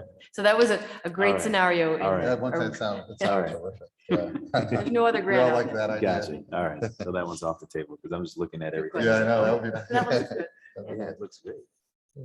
Okay, thank you. Thank Thanks you. for your Can I- presentation. Yes. Just, oh, just, I just close. want to just follow up two things. One, that I appreciate that you guys are focused on the climate. I think that the PVC is taking a very focused through the projects to try and align that. That's why we're bringing this to you. So we really appreciate the time to do that. And also, thank you. We try to bring every project in under budget. And I think a high, I think it's only two projects in the Yes. 25-year anniversary of this year, the PVC. Only two projects have actually asked for a little bit more, which were environmental factors. Yes, right. But other than That's that, exactly- we'll continue You to got it. strive for those projects. Keep doing it. All Okay, right. great. Thank you. Thanks again. Thank you all so much.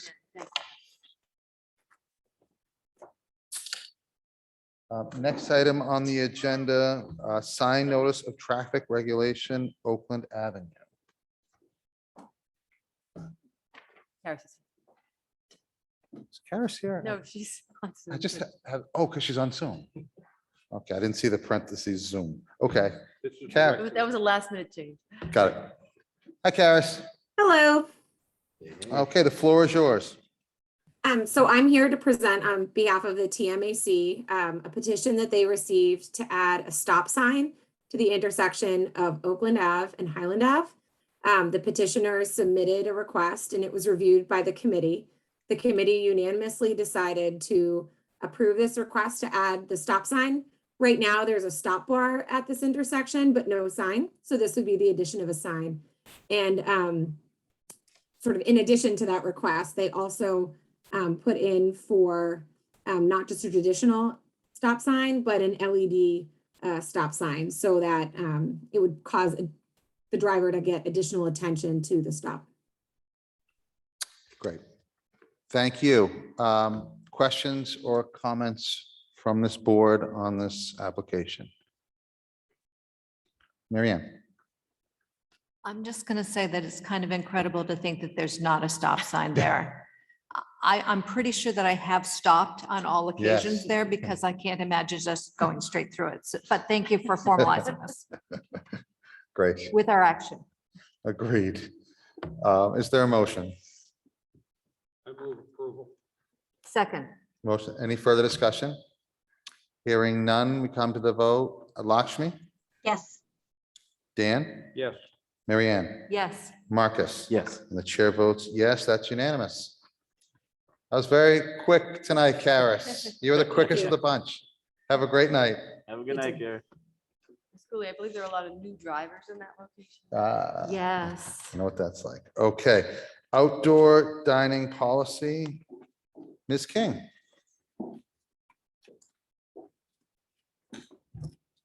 Will not be as quick as Karis, so That's- I'll try to move it along. Thank you, Mr. Chair. And while Kristen's pulling up the slides, I just want to start and say this has been a lot of work by a lot of people, including all the members of the Downtown Working Group, which is Mary Ann and Lakshmi, members of the planning board, and a number of town staff across town Yes. departments. So just a little bit of context, and actually I'll start even while Kristen's waiting to share, but so for outdoor dining in Needham, the town, just for context for everyone listening, had a policy structure in place before the pandemic. So in our zoning bylaw, if a restaurant met certain criteria, they would be able to apply for an expedited process before the planning board. If they didn't meet that criteria, they could go through a full review before the planning board. And the select board did and does have authority to approve outdoor dining on sidewalks, but not in public parking spaces. Kristen, you can go for 2 slides, please. Perfect. So then we entered the COVID era, and really the state and the town pivoted really quickly to figure out how can we support our businesses and how can we provide safe places to eat outdoors. The governor basically said to cities and towns, you can approve outdoor dining regardless of what the previous requirements had been. We did that quickly and efficiently, and what you see out on the street today is largely the result of those efforts. And those flexibilities from the state apply across the Commonwealth until April 1st of 2022. So the town is now at a place where we're figuring out, okay, with that deadline in mind, how are we transitioning our policy framework from pre-COVID to a future of outdoor dining? And on the next slide, it shows kind of what is out there today. So we have 14 restaurants with outdoor dining. The majority have liquor licenses, half on public, half on private property. And we get a lot of questions, of course, related to parking. And so right now, 17 public parking spaces are being utilized, half on street and half in the town-owned lots. And just to put it in context, we did a quick inventory, and that's 2.4% of the public parking spaces that we have in total that are being used for outdoor dining today. Just look what I was eating at Jose's, by the way. I couldn't hear. Okay. So the other thing we learned is that people love to eat outdoors, myself included. And so as you know, put out a public survey. We had more than 1,200 respondents, 97% of whom said, yes, please figure out a way to keep outdoor dining. They gave us a lot of feedback in these categories. And on the next slide, they also provided a lot of questions for us to mull over. So as a staff and the downtown working group, we really mulled these over and baked them into the draft policy that's before you. So we don't have to go through them all. And on the next slide, we're really at the point of, okay, what's next? What's the future of outdoor dining? The town has a two-pronged approach. The first is the planning board has asked you to put an article on the warrant for October town meeting. This would change the zoning bylaw and explicitly give the select board discretion to put outdoor seating on public parking spots and discretion to extend per applicant or for all of them be before April 1st or after October 31st. The default season will still definitely be April through the end of October, and we want to be considerate of snow removal operations there.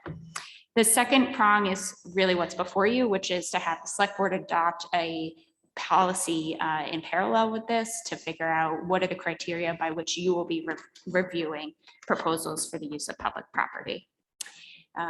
So in terms of where we're at and where we're going, the planning board has heard their zoning language for the warrant. They'll close that out this month.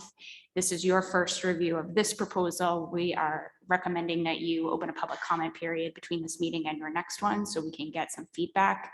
The goal is to get to October town meeting for the vote first on the zoning amendment language. Whenever you choose to finalize this policy, that will then be in place. We will use that to process applications in time for April 1st of next year is the goal. So in terms of the draft policy, again, the purpose is clear. The goals I won't read through. This is exactly what we went and put out to the public back in June and resoundingly got affirmation that these were the right ones in the right order.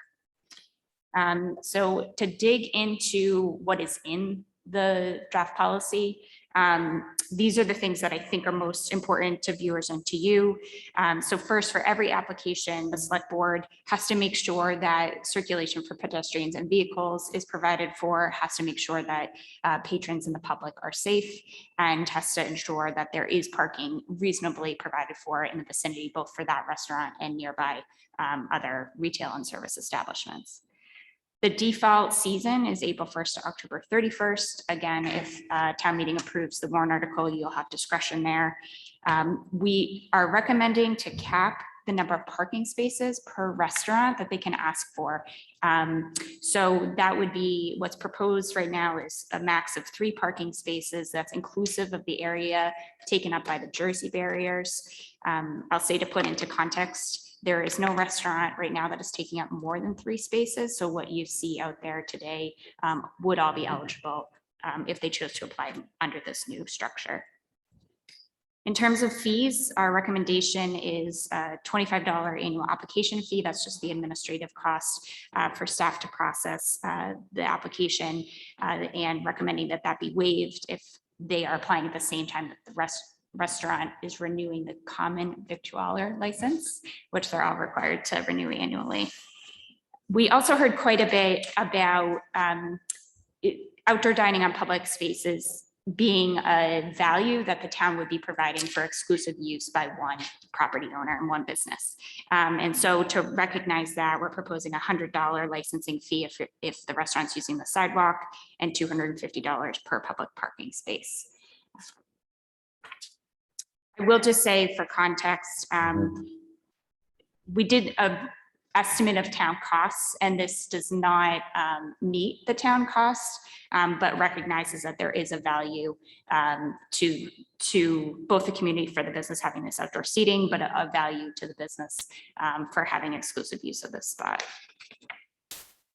Katie, can you just say, when you looked at those costs, so other people A little bit more. understand? Yep. No, just what that means. Yeah. That it's the cost of the barriers, et cetera. If you Yeah. can just- So the 2 things we really took a look at was meter revenue. And so from April 1st to the end of October, the maximum revenue we could receive is $900 per spot. So that would be revenue foregone if it was utilized, not for parking.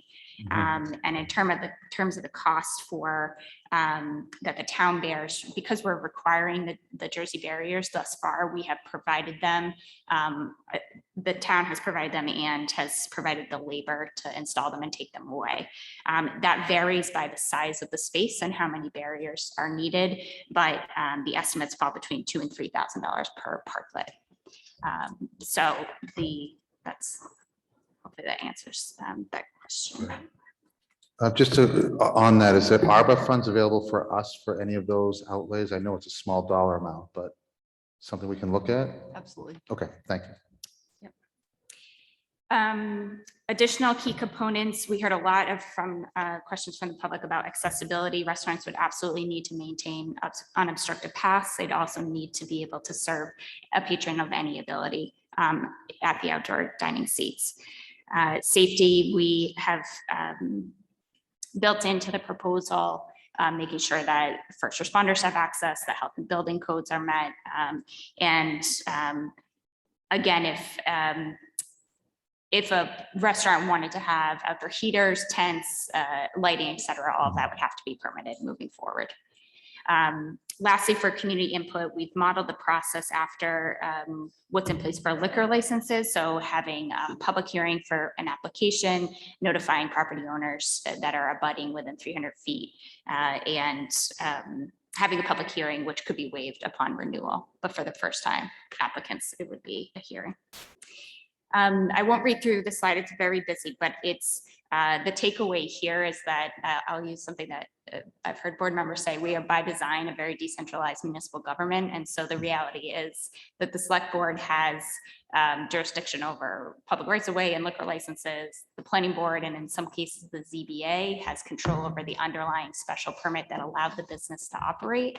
And so we did run a quick analysis of those 14 establishments that are permitted under our COVID rules. You know, what would that look like for them if we transitioned under this framework? 10 of the 14 would have to go to both the planning board and the select board. And the vast majority of them would also have to go with ABCC to extend their liquor license to the outdoors. So town staff is ready to really work directly with each applicant and get a sense of what they're trying to do and what boards that means that they would have to get approval from. And I think the first year will be the heaviest lift collectively for the businesses and for the town, but moving forward after that, the renewal process will be much easier. So with that, yeah. Marcus? So as far as the reapplying for that, I know you said something about it being waived, so that has nothing to do with this portion. The 10 or the 14, no matter what, if they've already done this and they're doing it again, they're gonna have to go before both boards and everything else. Yes. That was separate. Okay, I just want to make sure those weren't the Yeah, same. so these will all be first-time applicants, unless they happen to been approved under the pre-COVID zoning bylaw that already Gotcha. exists. Okay, Um, which yeah. probably most have. Right. Right. Katie, and I think we were thinking about doing one like big night of public hearing, kind of for everybody who is going Right. through this process to formalize their arrangement for outdoor dining. Yeah, I think that's a good plan. And I think for the businesses and the applicants, we'll encourage everyone to get their application in by a date if they want to be heard at that kind of Yes, that's expedited important. meeting. But if Absolutely. they miss that opportunity, we won't close the door Right. if they're not ready for that. But then it might just mean that they get added to a future agenda. Sure. Yeah, we have to expedite those Yeah. currently using it. Okay. So that's the conclusion. And I guess I'd say, that we're encouraging public comment between this meeting and your next one. And Amy Halson, our economic development manager, will be sharing all of this with restaurants and non-restaurant businesses alike. And we'll report back to this board what she's heard in the interim. Thank you, Kate. I just had one other complication in that any amendment to the zoning bylaw could take as many as 90 days to get through the Attorney General process, and that's after the 21-day period. So when Katie says the staff is going to be working to expedite, it's going to be within like a very small window that we can get everybody ready and then get them done in order for them to be open in April. And we very much want that to happen. Should that have an emergency preamble to that zoning? can't You can't on that, emergency right? I thought so. Worth a question. Okay. Let me get back to you on that. Okay. Well, I remember that from actually another situation, but We might things be. may have changed. Okay. I guess my only comment would be the public comment period. If it's possible, sometimes people like to come in public and make their comments instead of write them into us, and maybe a short hearing or on the 20th, because that's our meeting, right? Our next meeting. The 28th, yeah. 28th. I would just like to have it very narrowly tailored to this item, our policy.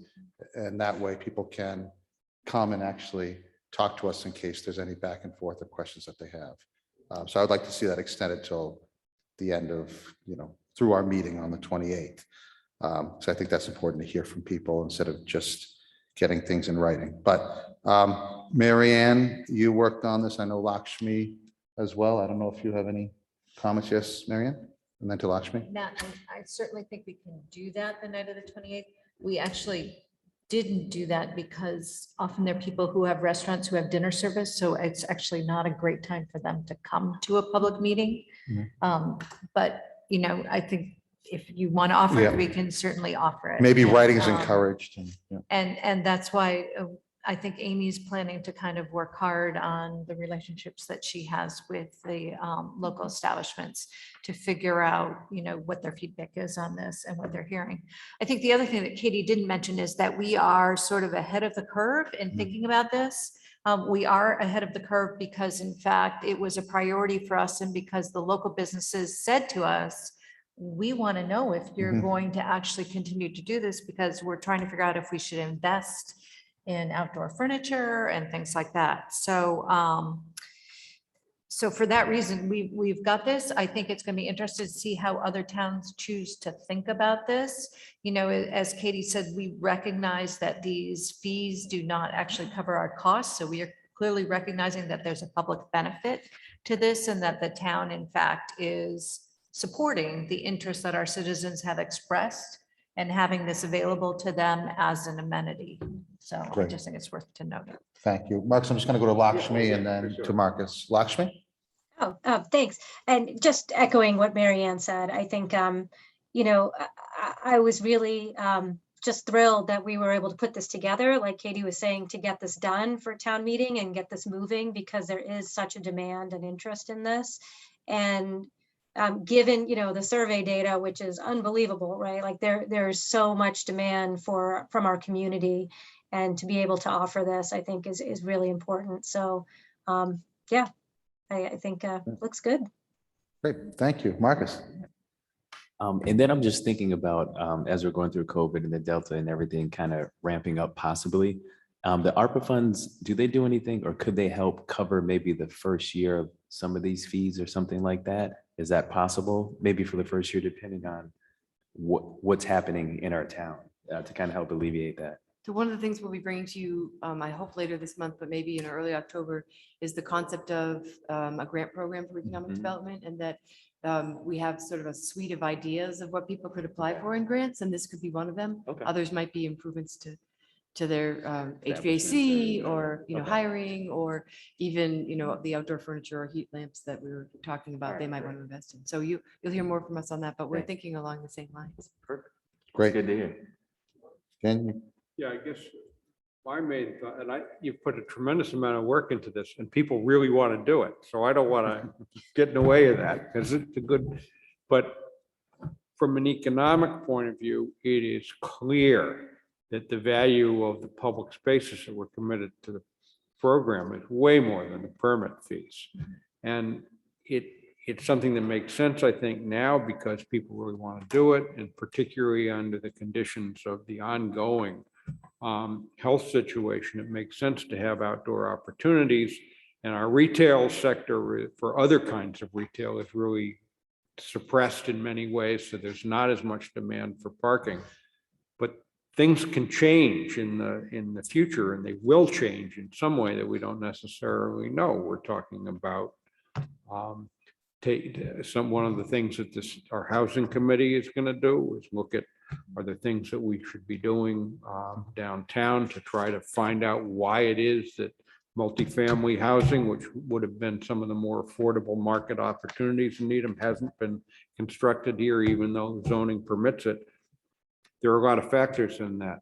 I guess my thinking is, I'm all for this, but I hope people will be able to be as flexible as we've been getting into this program in terms of trying to accommodate a lot of the competing needs if things change, if retail comes back, if there is interest in apartment housing development downtown and so on. I think there's some good things that we can do. I just hope people will be equally flexible if some of those things happen. Great. Thank you for all Dan. your work on this, everyone involved. Right. Kay, thank you all for all of your work. I echo that, and Amy as well, and town staff, and the flexibility and the work put in. So thank you very much. Thank you all. Next item on the agenda, town manager. Mr. Chair, the first item under our consideration is accept and refer zoning. The planning board has asked the select board to include another article in the special town meeting warrant. We believe it's a small technical correction. The planning board, in consultation with the building commissioner, has identified an anomaly in the zoning in the Chestnut Street Business District that evolved from changes in the language of business districts generally, and that impacts the setback. So they're asking for this clarifying zoning that will make it clear that there's a minimum front setback of 10 feet for all buildings except along both sides of Chester Street. So you can see that in the zoning, it's a very technical, It is.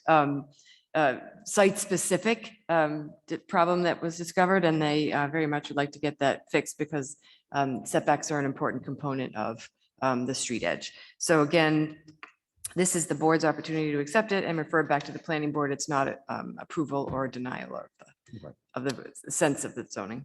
Okay, and for that, is there a motion? Second. Any discussion? Hearing none, we come to the vote. Lakshmi, Yes. Dan, Yeah. Mary Ann, Yes. Marcus? Yes. The chair votes yes. That is unanimous. Next. Mr. Chair, the board adopted a goal at your last meeting to create a climate action plan, and the board discussed creating a climate action plan committee in order to help guide that process. So the proposal here is actually twofold. It's to create a charge for the committee and also to propose the composition of the committee, and using a new form that we're proposing that would set forth the legal reference for it, how long we expect it to last, and who the supporting staff members would be. We're proposing a 9-member committee, 2 select board members, conservation commission member, planning board member, and then 5 residents, some of whom should have experience in the area directly related to climate action. The purpose would be for the committee, along with the town staff, to review our climate data, to do an inventory of greenhouse gas inventory for the entire community, to develop long-term climate action goals, and then to really give to the select board a specific set of prioritized action plans with target dates and benchmarks, which is like, we just were talking about how we very much want to have a policy with respect to our own town buildings, for instance. And so we're proposing that these goals be in the areas of the built environment, transportation, land use, water and sewer drain infrastructure, open space. So there's a whole range of items that we think would come under, not just those under public works and building design and construction. We do expect that there would be at least initially a review of town operations, things that are completely under our jurisdiction, but that also that there would be a town-wide focus, and that would include the private sector in terms of what's happening here in Needham. So this is not an action item tonight. I'm hoping to hear feedback from the board between now and the next meeting, Right. and would be happy to make any amendments to it. There are several committees that the board is under consideration, and so you'll see those at the next several meetings so that we can get the work begun. Thank you. And I know the impact of this committee could be, far-reaching and great in many areas. And I hope that we have a lot of applicants to this committee, because it will be important impact to all areas of town, from, as you said, town buildings to potential residential buildings as well. So look forward to voting on that, and then the composition of the committee. So thank you. Question on that? Any questions? No? Okay. Okay. Look forward to feedback. The next item, Mr. Chair, is to close the special town meeting warrant. Just a reminder that the board's vote to close it is again not acknowledgement of approval of any of the articles. I expect that over the next 2 meetings, the board will take up these articles, because I believe the second meeting in October is after town meeting. So that would probably necessitate all of the articles being taken up over the next 2 weeks. Just a few items that are changed from the last version. We are in ongoing and productive conversation with the fire union, but we won't have anything ready for this meeting, so we'll be removing that. And as far as I know, and I have to just double check this, I don't think we have any requests for operating budget line item transfers. So that's another article that can come off. As we talked earlier, we did insert a placeholder article for the solar project on the Jack Cogswell building. Subject, it's completely placeholder. It has to go to bond council, and the number hasn't been verified by the PPC or the finance committee, but wanted to give you a sense of the scope and the magnitude of what we were proposing. That the important piece being rescinding the borrowing authorization that exists and reissuing it, so that town meeting would have the opportunity to weigh in on this. And then we do have 2 citizens petitions. I believe that there was one on your last, but I may have that wrong. One relating to resolution, non-binding resolution on climate change, and the other on accessory dwelling units. So those are the 2 items that have been verified by the town clerk and run by town council and the moderator. And I believe the planning board will take up the zoning article, which is also required at one of its next 2 meetings. Okay, and Kate, just for the purpose of dates, as far as us taking a position, our final ability to take a position to be placed in the warrant, that would be our first October Yes. meeting. Is that? Or we can get back to the board. I'm just trying to get an idea, because I think if members of this board want to hear from or have clarification or comments or questions on any of these articles, you can get them to the town manager and then try to get some information on those. So just trying to get an idea. Yeah. We'll get it. I'll double check that date. Sounds great. Okay, is there a motion to close a special town meeting warrant? So subject to Technical corrections, right? Yeah. So moved. Is there a second? Second. Okay, motion and second. Any discussion? Hearing none, we come to the vote. Dan, Yes. Mary Ann, Yes. Marcus, Yes. Lakshmi, Yes.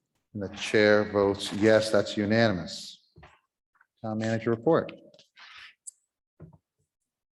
Just have one item, Mr. Chair. I just wanted to report that after maybe 7 years of the Eversource West Roxbury to Needham Reliability Project that this board has been working on that entire time, we are nearing the end. In the last week or so, Valley Road, Peacedale Road, Great Plain Avenue, South Street, High Rock Street, and Needhamdale Road have been paved. There's also small bits of Green Street and Chestnut Street that are also been done. They're finishing up loaming and seeding, and, installing some of the traffic loops and markings. So we really think that project is going to be done before the winter. Eversource did do its EMF testing post-construction as required, and they were able to do it. We actually were worried that they weren't going to be able to do it this construction season, but they were able to marshal their testing services on a day that it was going to be hot enough, because it was very important that because of the way we're testing EMF, we wanted to be under the harshest conditions. So they did get out there on a 95-degree day, and we'll be peer reviewing it with our own consultant, and we'll be Great. reporting back. We don't have their report, so we don't have our peer report, but we'll get back to you on that. Great. This is an end of a chapter that I will say has taken, it's one of those externally driven projects that is not a goal of the Board of Selectmen, that has taken an enormous amount of time and effort on the part of this board, and then since then on the engineering department, which has been out there virtually every day for all the years of construction. So hopefully there will be more internally driven on our goals in the next year. Mary Ann? Kate, do you have any feel for when the report will be back? I can find out. I don't imagine it will take all that long. Okay. Great. I just wanted to also, Yes, Lakshmi, yep. just a thank you to Kate and on this project. I heard from the neighbors on the Needhamdale Street about getting that included. So thanks for getting that to be done. Absolutely. Yes, Very happy thank you about for that. all of the efforts involved. It's long and arduous process, but great. And that's all? Yes. That's all, great. Next item, board discussion, town manager evaluation. Just before I turn it over to Mary Ann. Mary Ann compiled, as now the vice chair is doing, the responses to the evaluation, and then circulated a document that had the results of our responses put together. And thank you for that effort, Mary Ann. With that, I'll turn it over to you. So I would just start by noting that this is usually a responsibility of the immediate past chair. In this case, the immediate past chair is no longer on the board, so Right, you're I'm the correct. alternate for the immediate past chair in this case. I do thank everybody for going through and doing their own evaluation of Kate. I did take a look at those where just so that people in the town know, we looked at individual characteristics, professional skills and status, relations with elected members of the select board, policy execution, reporting, citizen relations, staffing, supervision, fiscal management, and community, and various aspects of each of those. Kate's skills in that area were rated in each case. On the consensus document, I took a look at the various ratings that came from committee members, and based on that, did a consensus judgment. Sort of weighted with pluses and minuses depending on different things that came in, where there was not universal agreement, which was on many of them, actually. And then there were a couple of specific areas that we looked at, including unplanned actions and achievements. I would note that this was another year full of unplanned actions related to the pandemic response, related to the case involving the police and a citizen, not of Needham, but who worked in Needham, the hiring of key employees and retirements of some longtime employees, election of 2 new select board members that led to a number of things, and a deep orientation plan there. We also take a look at Kate's learning and development plans, and I note that that's an area, personally, in my opinion, that Kate excels, that she's always quite thoughtful in the area of those plans, both for herself and for her direct reports. She has been in Needham for more than 30 years of her professional career. And despite that, she still finds things that are new and new ways to challenge herself. So I would note that. Overall, I think that those who are on this board believe that Kate is certainly one of the very best town managers in the state. We are tremendously grateful for her dedication and hard work and for the care that she brings every day to her work in Needham. It's been a grueling year, and I think it's important to recognize exactly how hard this year has been. I said in the write-up, when we thought things were improving, they aren't. They continue to be challenging, and I wish I could say that I thought that there was puppies and rainbows ahead, but they're not there yet. And maybe someday, but I don't know when. So I will say thank you to Kate for her strong leadership and for the results that the town sees. Thank you for that, Mary Ann. Comments from members of the board? I would Dan? offer the motion to approve the town manager consensus evaluation overview document dated September 10, 2021. Is there a second? Second. Motion second. I will just say, Kate, it's been, as Marion just put, incredibly grueling year as it relates to COVID. And I think as you described it for the Eversource project, external forces, and we weren't always the pilots of our own planes, let's say. But I think with your leadership, as we said, new board members, it made it as easy as it could have been. And I think we're on the forefront of so many things. We just went over outdoor dining and other initiatives that other towns look to us and say, how did you do that so quickly? And again, it's all about leadership when you get to those issues. And you're the day-to-day boots on the ground person. And we thank you for that leadership and look forward to much more of that in the future. So If I may, sincerely, you now may, yes. there's nearly 400 employees who work for us, for all of us, who have had the hardest year of their professional lives. And I just want to thank them for showing up every day for the people of Needham. Very nice. Thank you. And with that, we come to the vote. Dan, Yes. Mary Ann, Yes. Marcus, Yes. Lakshmi, Yes. and the chair votes yes. That is unanimous. Thank you, Kate. And thank you, Mary Ann, for handling that task. Are there And any? thank you to everybody in Needham, to all those 400 Yes, employees and all our school absolutely. employees who all work every day for all of us. Completely correct. Thank you. Any committee reports? Okay, hearing none, is there a motion to adjourn? So moved. Second. Okay, all those in favor, I'll go around. Dan? Yes.